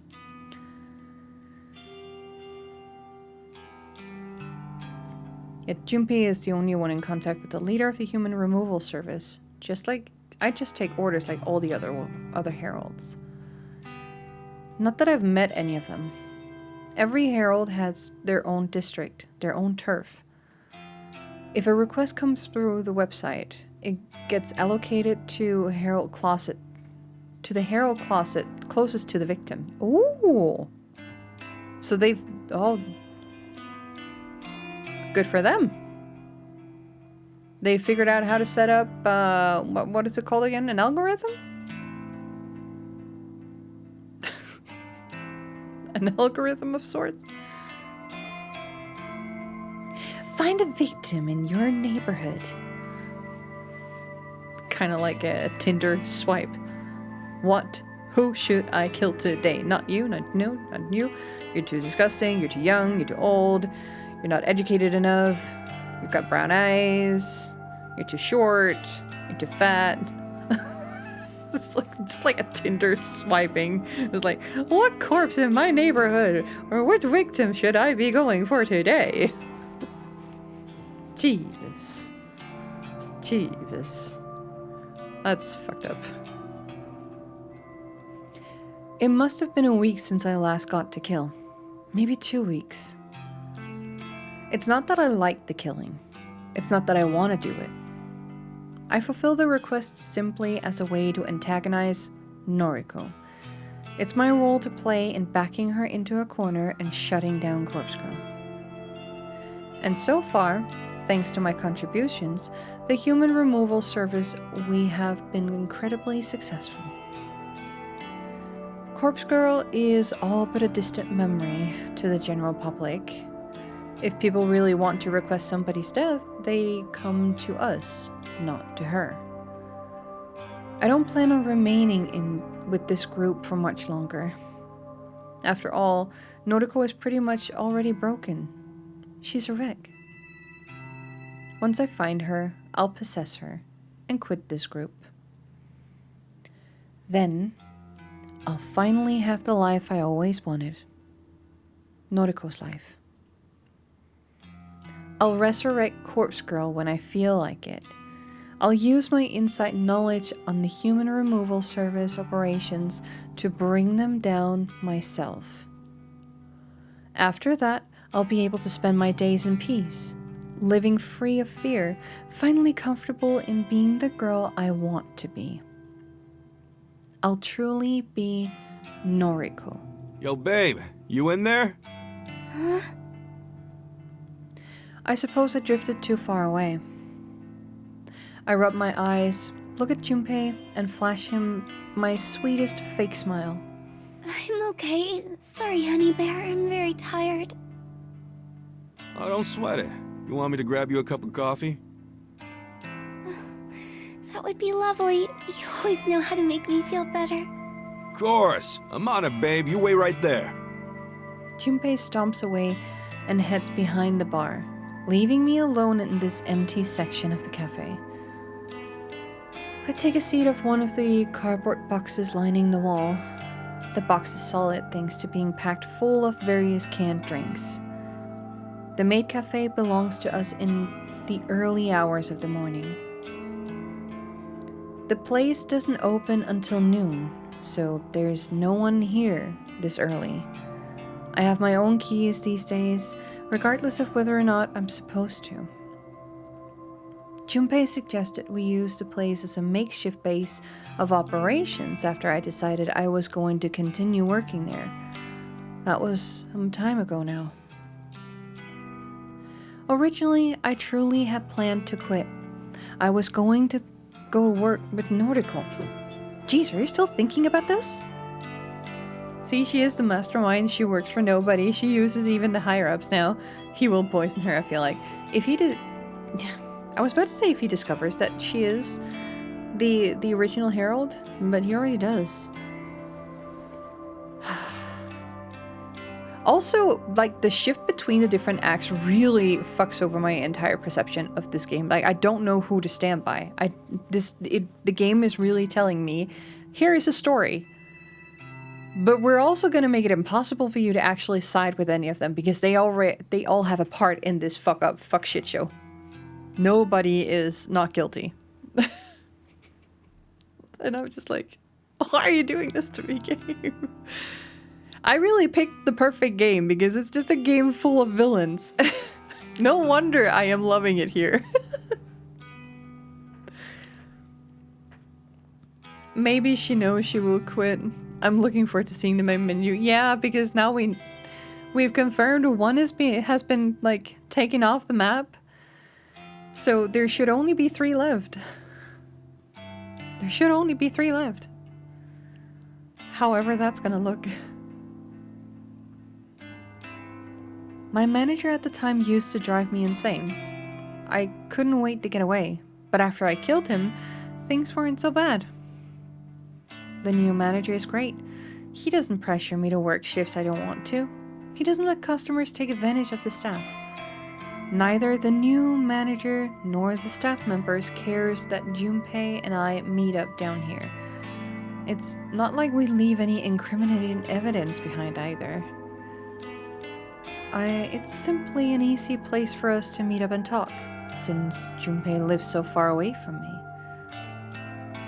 The added benefit is that we have access to cheap drinks and food thanks to my employee discount, so hanging out here is actually quite pleasant. I wait for a while longer for Junpei to return. I really could use a coffee right now. His return is heralded by the thump of heavy feet against the tile floor. I got you, fam. That is such an old school saying. What are you? Early stage millennia? Close to boomer? Help me? Help. Hell, got you, fam. That feels like such an old thing to say. At this point, at the very least, it feels like such an old thing to say. And I'm like, I'm a youngish person myself. Embody. Toothless dance. Hell yeah, got you, fam. I'm gonna go right next to this text. God damn it. Fam reminds me of Until Dawn, where Joss goes like, "Hello, friends and fam." Oh, you know what that reminds me of? Hello, friends and fam also reminds me of the beginning line for another YouTuber, Mega Moon. Hello, friends and fam. This is Mega Moon, aka 저는 미국 사람입니다. If you've heard her before.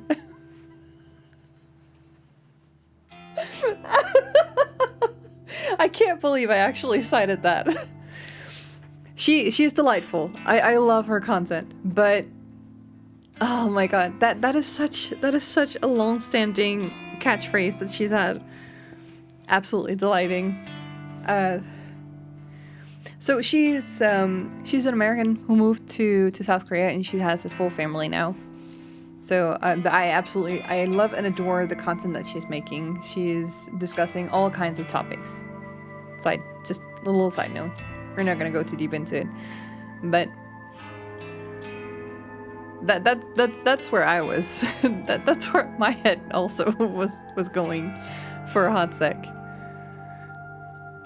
Junpei slides up to me and hands me my favorite drink, a tall iced coffee with an extra espresso shot and a dollop of ice cream. Oh, you're the best, baby. Thank you. I think people stopped using it as much after Drake and Kendrick Lamar had their diss track off. Drake used to say fam, but since he's Canadian or whatever, he says it like fam. Like a lighter version, fam?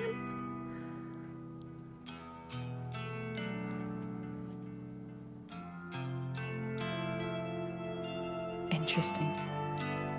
Yeah, I know it. He giggles in his insanely irritating high-pitched way and begins to chuck down his own latte. So I wanted to ask you a favor. Anything for you, honeybee. A tuft of milky foam sits on his top lip, and I have to hold myself back from stabbing him in the face. Wow. Noriko apparently spent a lot of time in Shin-Okubo with her accomplice Tomoe. Shin-Okubo, huh? Good old K-Town. What'd they go there for? Karaoke? Doubt it. Noriko sounds like a drowning cat when she sings. Then what? Well, I'd like to think that's where the factory is located. Oh, gotcha. Ooh, you could be onto something. Trip from Kojiro's mark to Shin-Okubo wouldn't take that long. Since they used to move a lot of bodies around, it's definitely a viable location. I agree.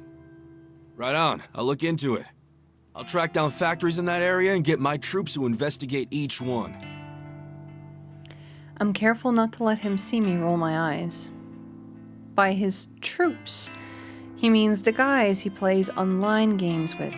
A bunch of teenagers that all look up to him because he's a top-ranked player. They're not involved with the human removal service. They're just pawns that Junpei uses to complete legwork around town. Sadly, they're happy to serve him because they all see him as their sensei. Cool. Let me know what you find out. I'm itching to get this all over with. My love. It's increasingly difficult to act pleasant around Junpei. My mouth tries to clamp itself shut every time I use a pet name or affectionate term. I know that my time to discard him is near. Once I become Noriko, then... You can count on me, sweetums. Now drink up and get your energy back. I take a sip of my iced coffee and can nearly taste it. Because my tongue is dead. The food and drinks I consume need to be extra strong or sweet for me to have a chance of enjoying the flavor. But Junpei doesn't know this. He just thinks I have a sweet tooth. He can think whatever he wants, because I just don't care.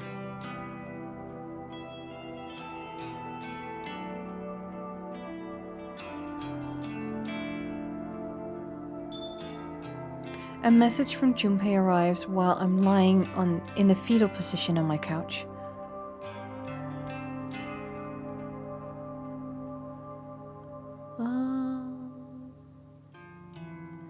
Junpei is so slimy. Jeez, he's so mean to him in her head. Yeah. But wait, wasn't Doc chopping off his hand at the factory site? Yeah, he managed to chop off the entirety of his right underarm. But, yeah, his right underarm. Before Junpei showed up. And that was at the morgue. Not at the factory site. So, he was at the morgue, found a victim, or found a corpse for Noriko. But since the corpse was missing an arm, he ended up chopping up his own arm, wanting to stitch it on, but he made the wrong choice for which arm to chop off. And I saw the comment earlier about why not take another corpse's arm for that. And yeah, I'm also just wondering, why didn't he find one of the other corpses to just like chop that off instead? That was like something that completely jumped over his head, I guess. But I kind of felt where I was going. Junpei free Wi-Fi.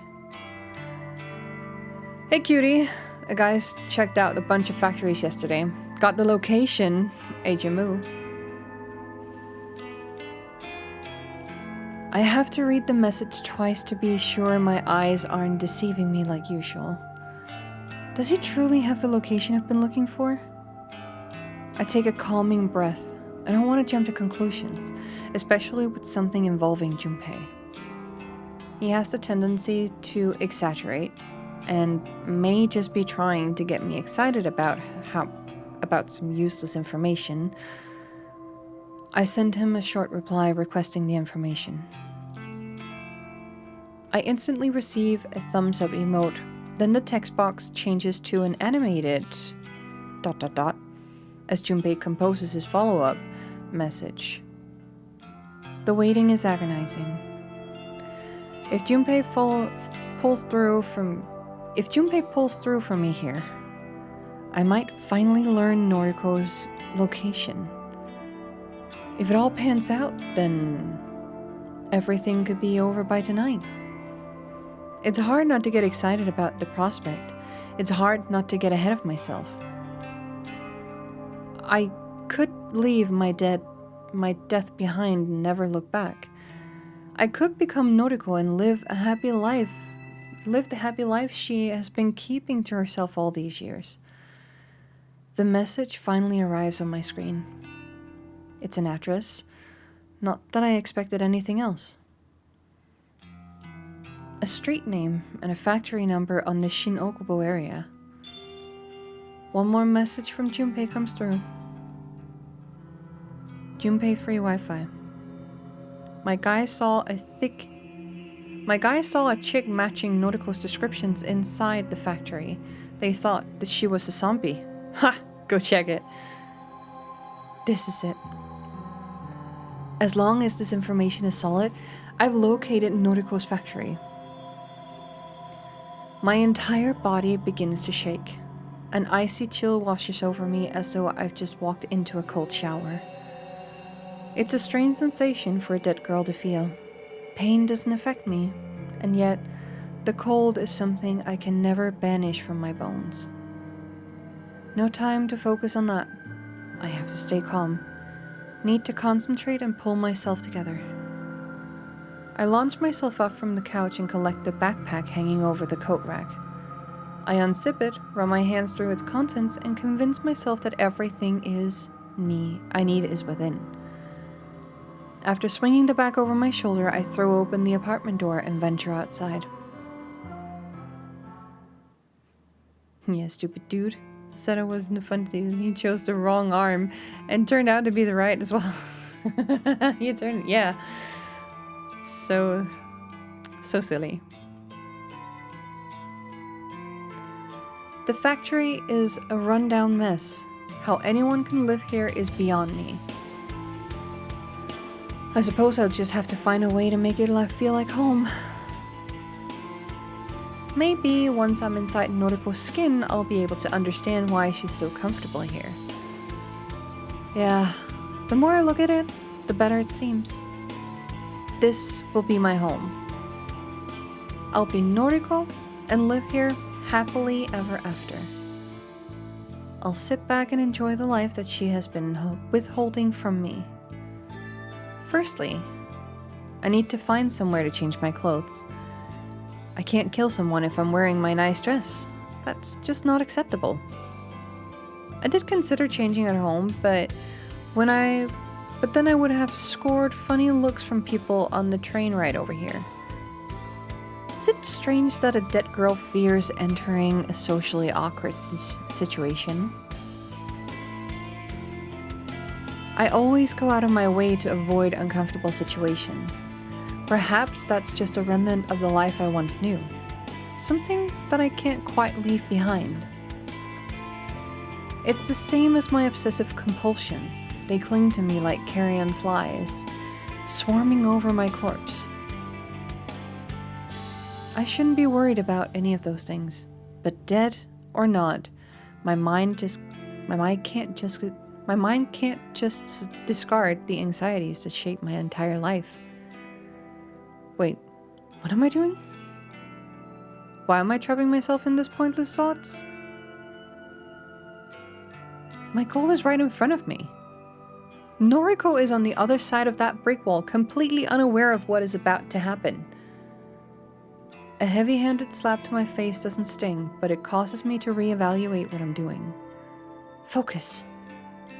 First, I'll change into the gear provided to me by the human removal service. Then, I'll shimmy into the factory through an open window. I'll locate Noriko and drive a knife into her chest. I'll pluck her still beating heart from her body like a ripe strawberry, and I'll then carve my name into the pulsating, blood-splurting organ. Noriko's life will be over, and I will be reborn. I'll baptize her myself in her lifeblood and become the girl I've always wanted to be. And I'll be happy. Happy just like Noriko. That smiling, carefree girl that I spent my youth with. The girl that faced her mother's attempted suicide with a stoic smile. The girl that didn't flinch when her father walked out. The girl that stayed inside day after day when the outside world just became too scary to face. The happy, carefree girl without a single real problem. She never knew how good her life was. She wouldn't have lasted a day in my shoes. I hate her so much. I'm going to become her.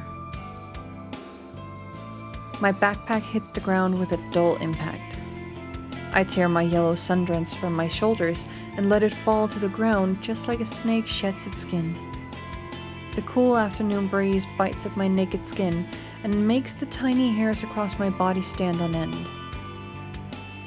Why can the dead feel the cold? The dead shouldn't feel anything.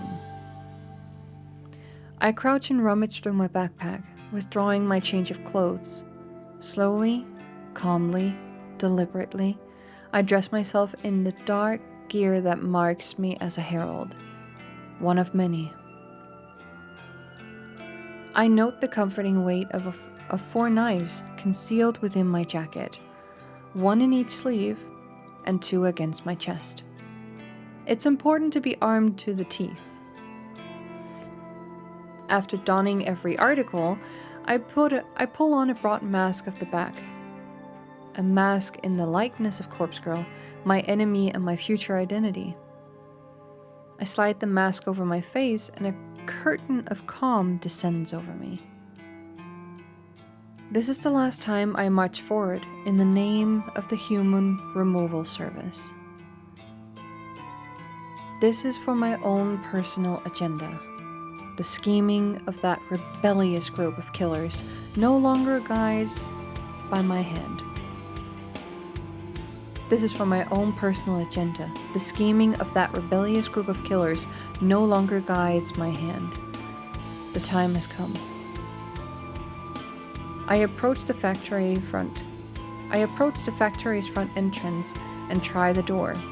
Simply out of curiosity, I don't expect Noriko to have lowered her guard so much, and yet, the door swings open. She left it unlocked. A mistake I never would have made thanks to my overbearing compulsions. Uh-oh.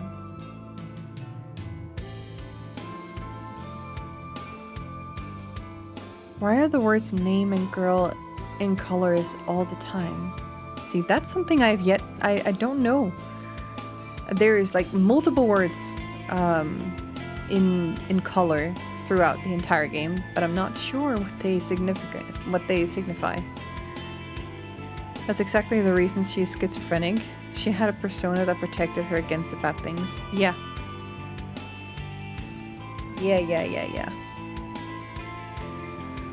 This place reeks of death. If I wasn't so accustomed to the smell, I'd probably vomit. Do dead girls vomit?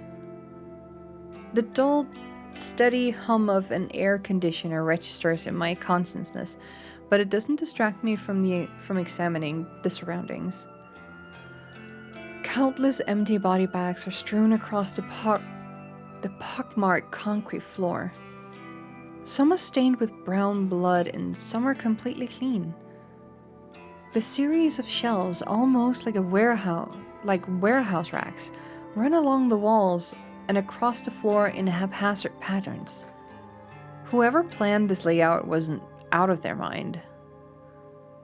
However, this is home now. My home. Soon. Striding forward, I weave between shelves and steep over discarded body bags. So far, there has been no indication of Noriko's presence. Still, I draw a knife from the inside of my sleeve so that it rests in the palm of my hand. The metal handle is cold. Cold. Why do I feel cold? The entire factory is like a freezer. How can Noriko live here? Hey. My torso twists in reaction to the monotone syllable. The quick movement sends a shooting pain across my chest. Pain? Pain? It's you. Hello, Harold. It took me a while, but I figured out what your mask is supposed to be. It's like an artistic representation of Corpse Girl, right? The Corpse Girl mascot that appears on my website. Noriko flashes her phone at me, and I glare at the website displayed. That's totally copyright infringement. I don't know what to say to her. This isn't exactly how I imagined this encounter would play out. Why'd you fake Junpei Matsumoto's death? You know what I'm talking about, right? That time we met in the underground parking lot. You planted a look-alike corpse to fool us into thinking Junpei had died. Total Corpse Girl move, by the way. Guess you stole that strategy from me, too. I sense a lawsuit. She steps forward with a hand outstretched. I instinctively lash out with my knife and slash her wrist. But her hand comes to rest on my shoulder, the tiny nick from my inaccurate blade not even prompting a spurt of blood. Ouch! That stung a little. The warmth of her hand seeps into my shoulder. It's almost comforting. Aoi, I miss you. I really miss you. Can you take off the mask? Can we just talk? I don't take off the mask. I don't know why I'm standing here listening to her. I don't know why her presence and her reassuring hand has caused me to lower my guard. She smiles. This is the happy, carefree Noriko I grew up with. You're so beautiful, Aoi. I'm really sad we can't be together. How are things with your boyfriend? That single, useless word crawls out of my rotting mouth like a diseased maggot. It's all I can bring myself to say. You can't tell me? That's okay. You used to be so open with me. And then, you died. We tried to keep our friendship going after that, but we've never really been the same since then, have we? I hope you get the help you need, Aoi. I hope one day we can put all of this behind us. My fingers loosen, the grip on my knife weakening. It falls to the concrete ground. I don't need it anymore. I tense my arms and squeeze my hands together, desperately trying to crush Noriko's throat beneath my fingers. Her skin is warm and flushes red as my grip tightens. She kicks against me, but the pain doesn't register. She's weak and frail. Her strangled cry is drowned out by my own grunts of exertion. Anemic fingers swipe at my arms constantly, only serving to irritate me. I could hold her neck in one hand and use the other to plunge a knife into her face. I could continue to strangle her until I crush her windpipe. Or I could slash her stomach open and let her intestines spill out onto the ground. All of the options are appealing. All of the options can be put into motions within seconds. I take my right hand off her neck and slip it into my jacket, ready to pull out a knife. My left hand closes tighter on her neck, and Noriko closes the distance between us, causing my elbow to bend and allow her closer. Her forehead slams into my own and my neck recoils backwards. I'm falling to the ground, only able to blink once as I try to work out what just happened. She somehow summoned the strength to headbutt me. Frail, weak, ghostly Noriko. She actually stood up for herself. She actually struck the person she loves. I'm dazed, but ultimately uninjured. I didn't even feel the impact of my skull against the concrete when I landed flat on my back.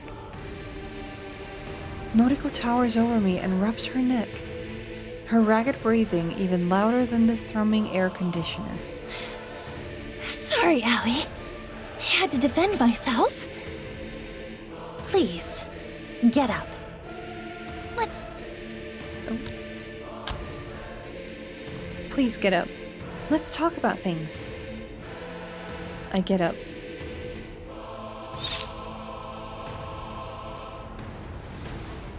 I slip the knife into her side and feel it slide neatly between the two of her ribs. Her taut, thin skin does nothing to resist impalement. Noriko looks down at the wound and mumbles in surprise. I drive the knife in deeper, and with a flick of my wrist I pull it sideways, slashing her belly open wide. An arcing stream of blood sprays from the savage wound and forms a macabre rainbow before me. Noriko coughs and gags as she frantically tries to stem the tide of blood with her hands. Damn it! Corpse girl will... She falls to her knees. Get it... Her empty threat falls with her, and her face slams into the concrete. Noriko Kurosawa is dead. Using the very same knife that slashed her open, I cut along the seams of my jacket and skirt. I strip myself down with the blade until I'm standing cold and naked in the factory. It doesn't take long to strip Noriko down as well. but I'm extra careful with her clothes as I don't use the knife this time. I simply pull her dress up and over her until it slides free from her motionless body. I hold the dress up against me, letting it press against my own form. I look down and admire the side of myself, imagining what I'll look like when I wear it. I can finally become Noriko. I can wear her clothes, live in the factory, talk to her friends, work at her office. I can do all the things that she loved to do, all the things that made her happy. I slip the dress over my head and force my arms through the sleeves. It's a little long, but overall it fits me nicely. I'm Noriko Kurosawa.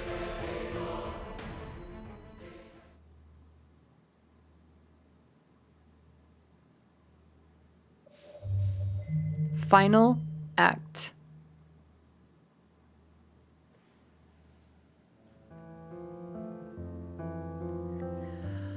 Are we saving this for next time?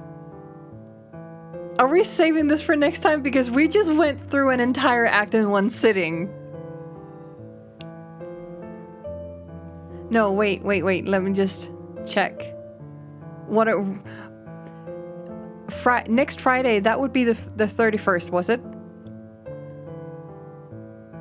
Is next Friday the 31st, Halloween?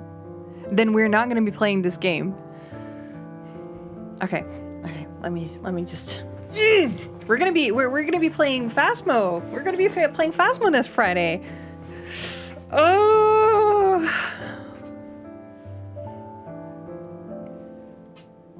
We still have about like 15 minutes left, so I'll see. I'll see how far in we get.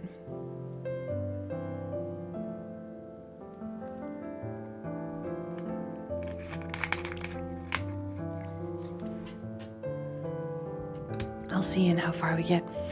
I may do a surprise stream to get the final one out. Reading the ending in one go feels better. I am just about considering doing that. Just about considering. But at the very least, for 15 minutes, we won't be able to get very far in, so it's going to end the next time we do it, I'm sure. But I'll probably do an extra 2 streams then next week. Or maybe I'll, instead of like doing the extra Elden Ring stream, I'll just do an extra of this one to finish it off. And that means that after Halloween, we can jump straight into Saturday streams for a new game. I haven't figured out which one that I'm gonna do afterwards. So I'll have to see what I have on my already downloaded list. Not downloaded, but on my availability list. So let's see. We're taking it for another 15 minutes and then we'll see.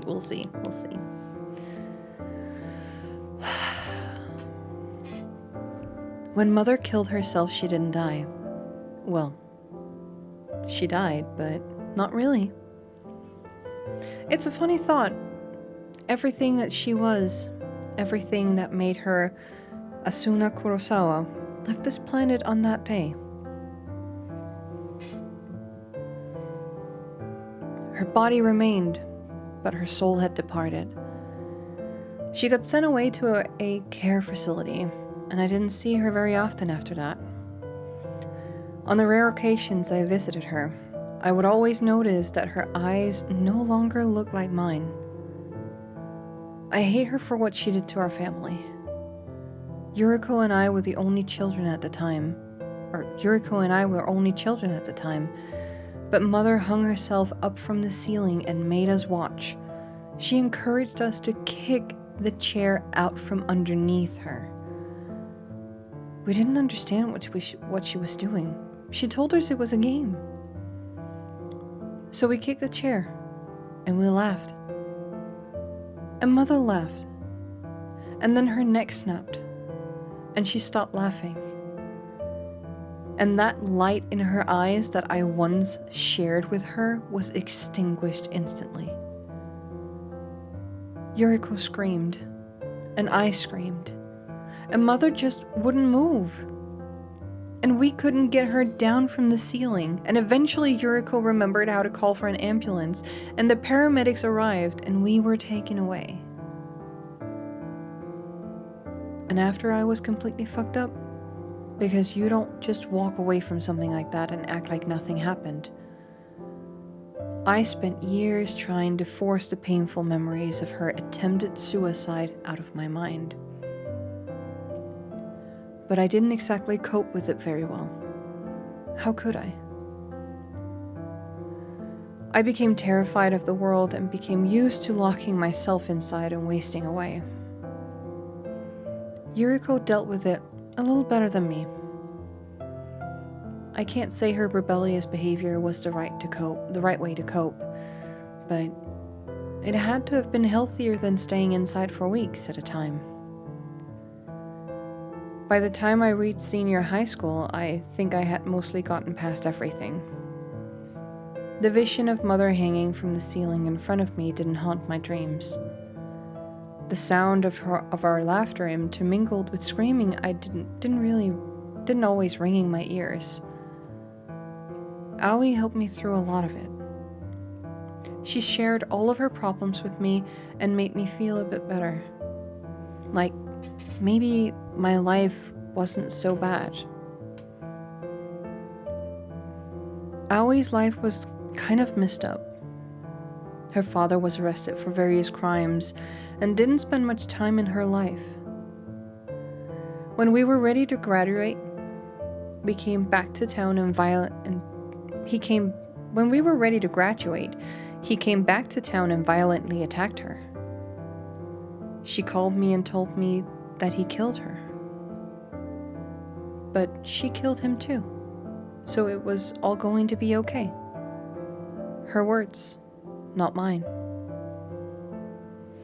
I never understood what she meant when she said she was dead. I think graduating put some distance between us, so I never truly tried to figure out her words. My own problems came back to haunt me once I moved out of home. I became completely distracted and almost forgot about Aoi. The apartment I moved into, I should have known that the smell of mold wasn't normal. I should have paid attention to the shoddy repair work that had been performed on the wall. I should have just walked away and found somewhere else to live. But that apartment, I suppose that's where I started to lose control of my life. And that's exactly the reason why I need to return there. Several days later.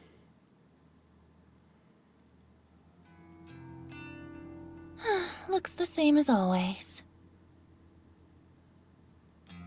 I'm not looking forward to climbing the rest of the stairs up to the apartment.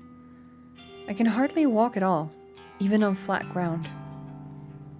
But I have to do this. I can't let stitches and bandages and painkillers distract me from getting inside. I don't know how long I was in the hospital for. None of my personal effects were with me when I woke up. I had no phone, no purse, no handbag. But the doctors monitored me for a few days and then let me go, even though I told them I had nowhere to return to.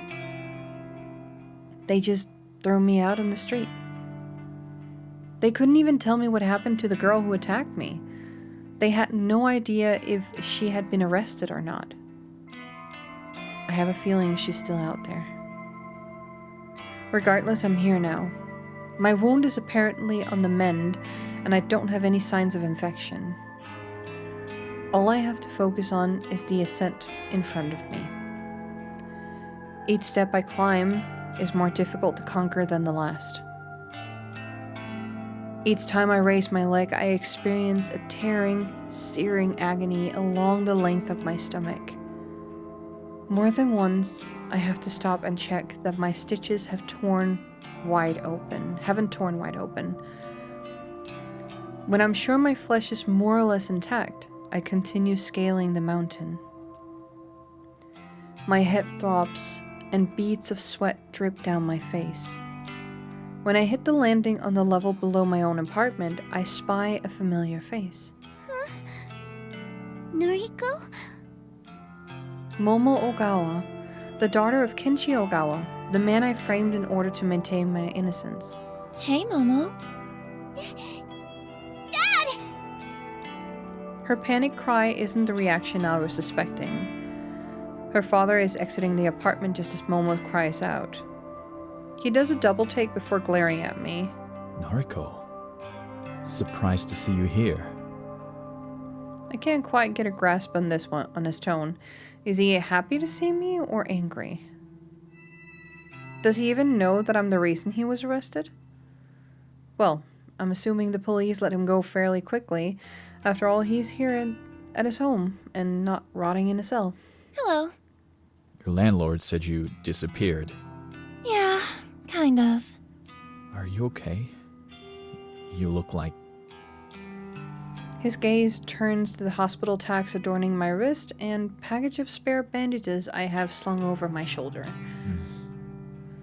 You know, you disappeared right around the time the police... Huh? Forget it. It's nothing. I have a bad feeling that he's beginning to piece something together. If he works out that I'm behind his false arrestment, then... Sorry, I should go. Yeah. Come on, Momo. Bye-bye, Noriko! Bye, Momo. The girl waves excitedly as her father leads her downstairs.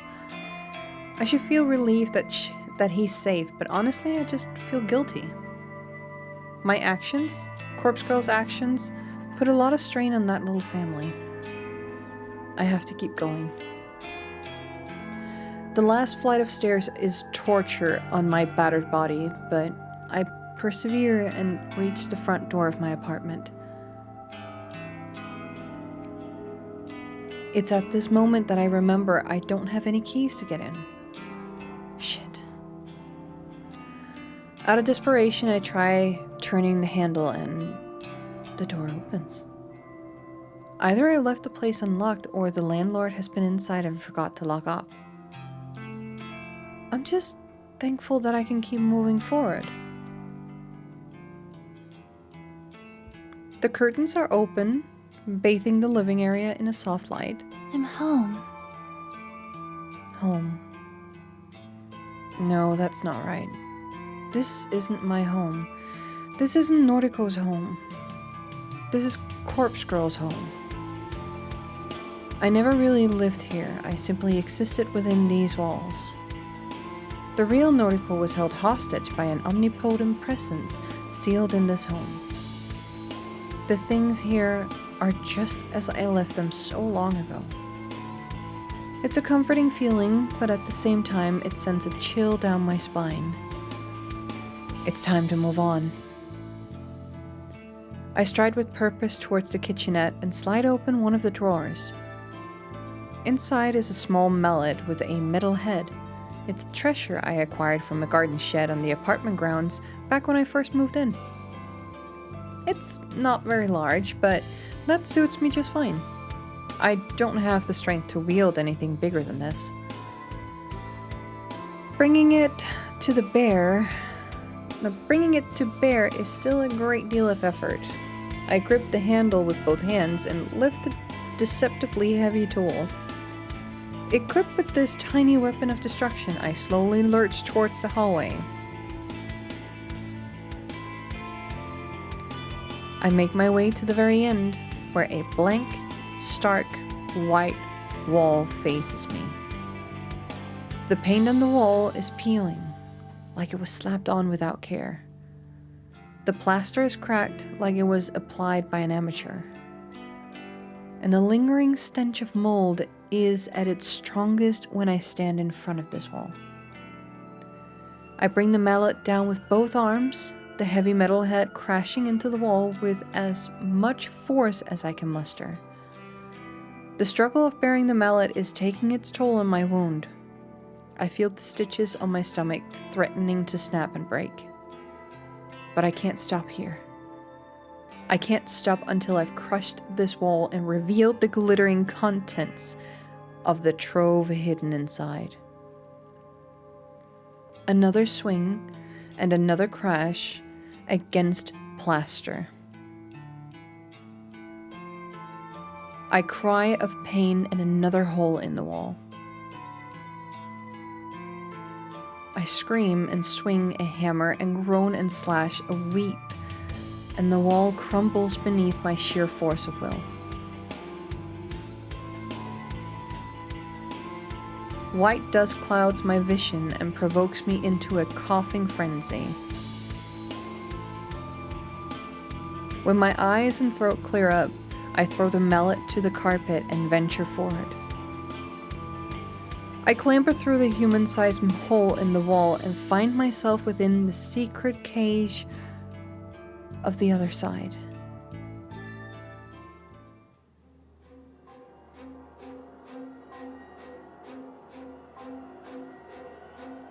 Ah! The stench assaulting my nostrils is no longer disguises itself as mold. It's the fetid malodor of rot and decay, the intimidable trademark of a decomposing corpse. I spent so long fooling myself into believing it was nothing concerning. I spent so long pretending that a corpse did not live within the walls of this apartment. The truth is, this corpse pinned to the wall is the rot of all evil. It's an infinite fount of misery and despair and malice and death and hatred.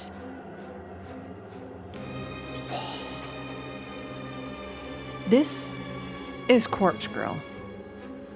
Hello, old friend.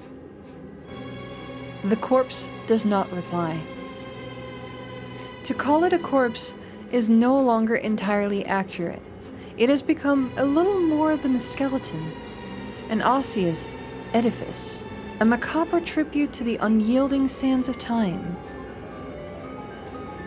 Bone and flesh and hair and fabric blend and intertwine and melt together to form a sickening representation of a human beauty. I used to think this body was pure perfection. Back when the corpse was more or less intact, it was the image of a gorgeous, vibrant young woman. I aspired to become just as beautiful. Slender, elegant, graceful, with pale skin and dark eyes. Looking at her now, it's clear to see that I was deceived. The form before me is not beautiful. It's revolting. I shaped myself in the image of death, truly believing I was transcending mortal beauty. This corpse controlled me for so long. This corpse manipulated me and made me want to become just like it. Somewhere along the way, my own identity began to dissolve, and I started to believe that I had become this rotting carcass, this pellet bag of flesh. The spell has been broken. I don't know if it's because of my near-death experience, or the clarity of mind inspired by an intoxicating cocktail of painkillers, but I no longer want to associate myself with Corpse Girl. I want to be myself. Just Noriko. I no longer want to kill in the name of this blasphemous effigy. Corpse Girl, I found you here, trapped in this storage closet, just over a year ago. And you stole my life from me. Looking at her now, I can't help but wonder what the hell went through my mind when I let her possess me.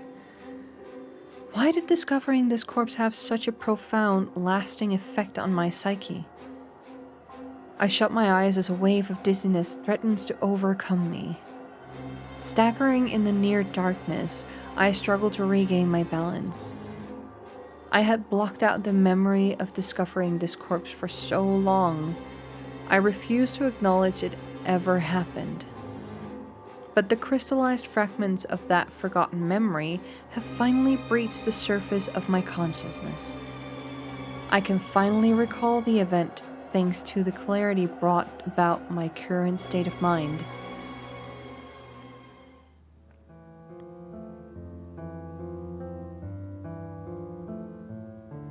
It happened several days after I moved into this apartment. The musty smell of mold lured me to the wall at the end of the corridor. The wall that had been hastily patched up and covered with plaster and paint. I wondered about the source of the smell. I figured it might be a leak, a busted pipe that needed repair. Instead of calling upon the landlord for assistance, I took matters into my own hands. Perhaps I was inspired by my newfound independence.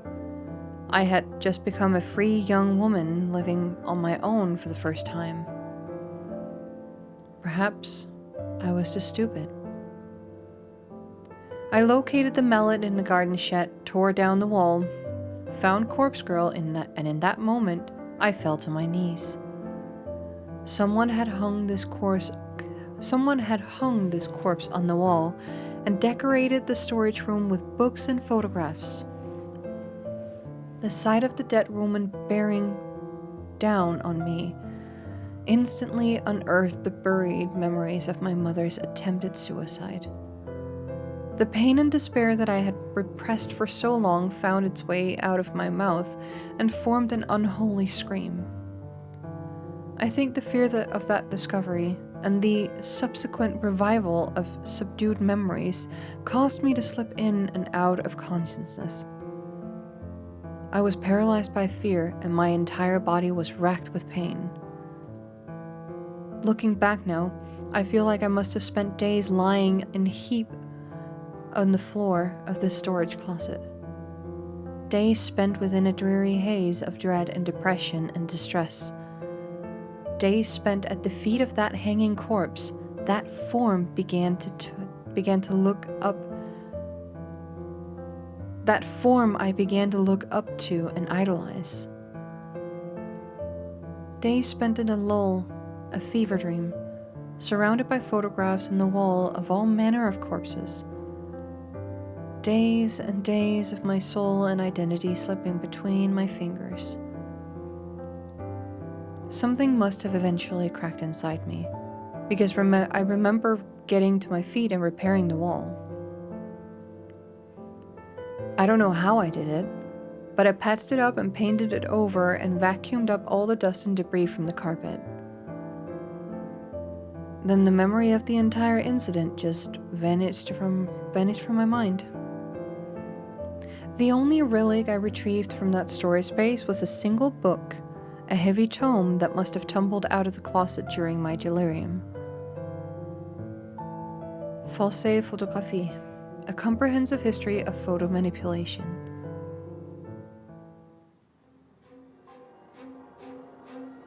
Now, Corpse Girl doesn't look the way she used to. Uncovering her today hasn't shocked me into submission like it did all that time ago. Am I stronger now? No, not really. But I was prepared to face her this time, and now I'm here to bury her. As I calmly assess how difficult it would be to retrieve her from her position, my eyes fall upon the dozens of photos plastered haphazardly across the walls. Photographs of nameless bodies printed with an instant camera. There must be 10 or 20 or 30 corpses across the entire series of images.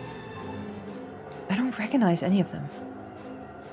That's the only comfort I can take from viewing the images. The comfort that I'm not the one who decorated this room with these macabre visuals. Whoever put these photos up is undoubtedly the same person responsible for hanging Corpse Girl on the wall. All of the photos look so real, and all of the corpses are in such normal situations. There's an image of decomposing body sitting on a bench waiting at a train station platform. He's wearing a suit like any ordinary businessman. Another image is of a headless couple at a dinner table, dressed in their Sunday best. They're sharing a candlelit meal. Corpses going about their daily lives. It's eerily reminiscent of something else I've encountered before. What was it? A book I read? Instinctively, my eyes start to the piles of book toppled over on the corner of the storage room. There are dozens of duplicate books, as if they were abandoned here by their own author. I crouch and dust off the cover of the book at the top of the pile. Dazed by the Dead by Noble Sinclair. Noble Sinclair. Underneath 10 more copies of that volume is a different book with a familiar cover. Strange Flower. I know this. The very same book that Kochiro lent me so long ago. Except the book here is not some worn, well-writ library copy. It's in pristine condition, save for the layer of dust coating it. There are nearly a dozen copies of this book as well. Someone intentionally abandoned these books here, and the fact they are accompanying so many photos of corpses, not to mention Miss Corpse Girl herself, is no coincidence. These books and photos are as well as the copy of false photography I found here so long ago. All of this somehow embedded itself into my consciousness and inspired me to start Corpse Girl's website. I'm sure of it. This room, this fucking cursed room, ruined my life and corrupted my mind. And I have to wonder if somebody planned it all. Did somebody leave all of these things here in order to break whoever entered? That's probably a far-fetched concept, but I'm desperate to place the blame on somebody. Anybody but myself. Enough. A light slap on my face snaps me out of my inner ramblings. It's time to bury Corpse Girl and put this life behind me once and for all. I can't really atone for the things that I've done this last year. Hell, I don't actually feel like I need to atone. It's not guilt that's eating me up inside. But at the very least, I can move on. I carefully remove the restraints tying Corpse Girl to the wall and feel the weight of her rotted corpse collapse against my frail form. Her head leans against my shoulder, and for a brief moment I pause and let her rest against me. I run a hand through what's left of her hair. She's been through a lot. We both have. We're both Corpse Girl. Well, we both used to be. Now we're just empty husks with no purpose. If we're not Corpse Girl, we'll probably be forgotten. Lost to time and memory. For once in my life, I'm looking forward to being forgotten.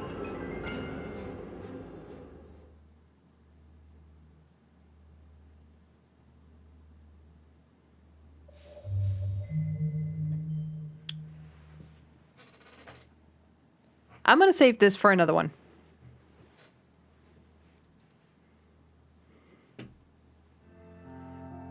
Good morning.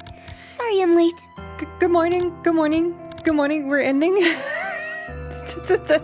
Well, teaser for next one. Aoi has finally embraced her Noriko likeness, so we're gonna see that for the next time. We got an ending. We got an ending C. We got hell. And we're gonna explore that in an extra stream before next Friday. And I am almost tempted to say we go again tomorrow. Because no one else I know is streaming tomorrow. I have a tiny itty bitty little thing that I need to do tomorrow around lunchtime. But if I make it back early enough, I should be able to start as early as 2 or 3 p.m. my time. And then we can tackle this one go. Let's see. Because this is the ending, and we're rounding up. Because I'm not gonna leave this to after Halloween. We're gonna end this. We're gonna round this up so that I can get started on the editing for this. Oh, jeebus. This is absolutely fucking insanity. This is incredible, guys. And to think that I honestly do know that we have...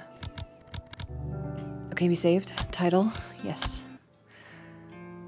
So, nothing happened to the starting screen.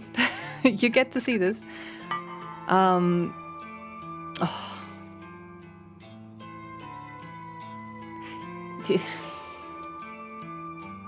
My man, you didn't have to do this. You didn't have to do that. You really didn't have to do that. Oh my god. Clicking on the image actually gave me a second image. That's terrifying. And this one too! Ah, that's creepy! That's creepy! None of these images, like, not even this, or any of the last two I can use as thumbnails because they're just way too revealing. Like, I wonder what I'm gonna be doing with thumbnails for like some of the last parts of the game. Maybe this would be okay. It's not too bad.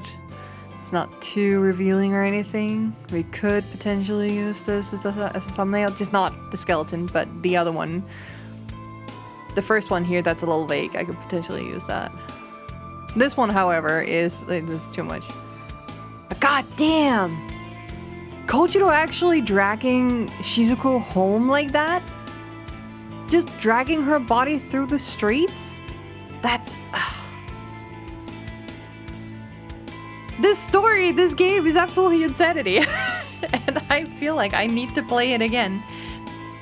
But, again, guys, we're gonna be back with this again tomorrow. Now, I don't have an exact time for you. I have an ish time frame thingy. And the moment that I'm back home, the moment that I'm back from my little outing, and I'm home and I'm ready, I am just gonna go live. So, if you want to make sure to follow. And if any of you are subbed but not in my Discord, by all means jump in because you will get an instant notification in there too. And I will of course also be posting I will see if I can post a Blue Sky message a little bit before stream as well, maybe an hour or so. Once I can see that I'm on my way home, I'll probably see if I can post a little notification that we're gonna go live in an hour or so. At least I'll try, but it's going to be very much impromptu, so we'll take that. For Twitch, I think what I can do, I know I'm taking away the sounds and everything, but I think for Twitch, what I can do is schedule something that looks like maybe starting about like 3 p.m. should be fine. 3 p.m. and then in case I need to push it back a little bit, then that would be okay. At least that would be like easier for you guys to handle, I think. Methinks. So yeah. But aside from that, we are going to see if there's anyone we can raid. Is there any interesting individuals who are up for raid, who is active, who is live? No, I don't see any of my friends. Do we have any recommendations for raids in the chat? If so, I am willing to listen. None of my usual peeps are online and live. It is a silly Friday. A lot of people are just hanging out and being super coast. Clara Duckford. Clara Dogford? Let's see. Search channels. Why does she remind me? Stream has been up. She's doing art. Let's listen. Ah! That is kind of a similar vibe. Alright. I think you're going to play Repo since I need to get ready. It'll be nice tomorrow. Yes, I am going to send you straight over to the raid, and then I will be jumping off for tonight. So, join me on the raid. Be nice, be kind, and go say hello to Clara. I do not know them. I don't have any recommendations. Clara is right now doing art and having a fun, cozy time with her community. So if you're joining in on the raid and you jump in, just leave them the message as usual, the raid message, mini raid, and go say hello, check her out, and have an amazing good time and just enjoy your weekend. And I will see you for the last part of this story tomorrow. We good? We ready? I'm so ready. I am so ready. But let's go support a fellow artist with lots of good vibes and say happy weekend and just enjoy the rest of your day and weekness. But take care, stay safe, everyone, and don't forget, check in with a healthy human mind if you've experienced anything in the story so far today that's been a little bit too much for you. Otherwise, I hope that I'll see you again next time. So stay safe, take care, bye-bye, bye-bye, bye-bye, bye-bye, bye-bye, bye-bye, bye-bye, bye-bye, bye-bye, bye-bye.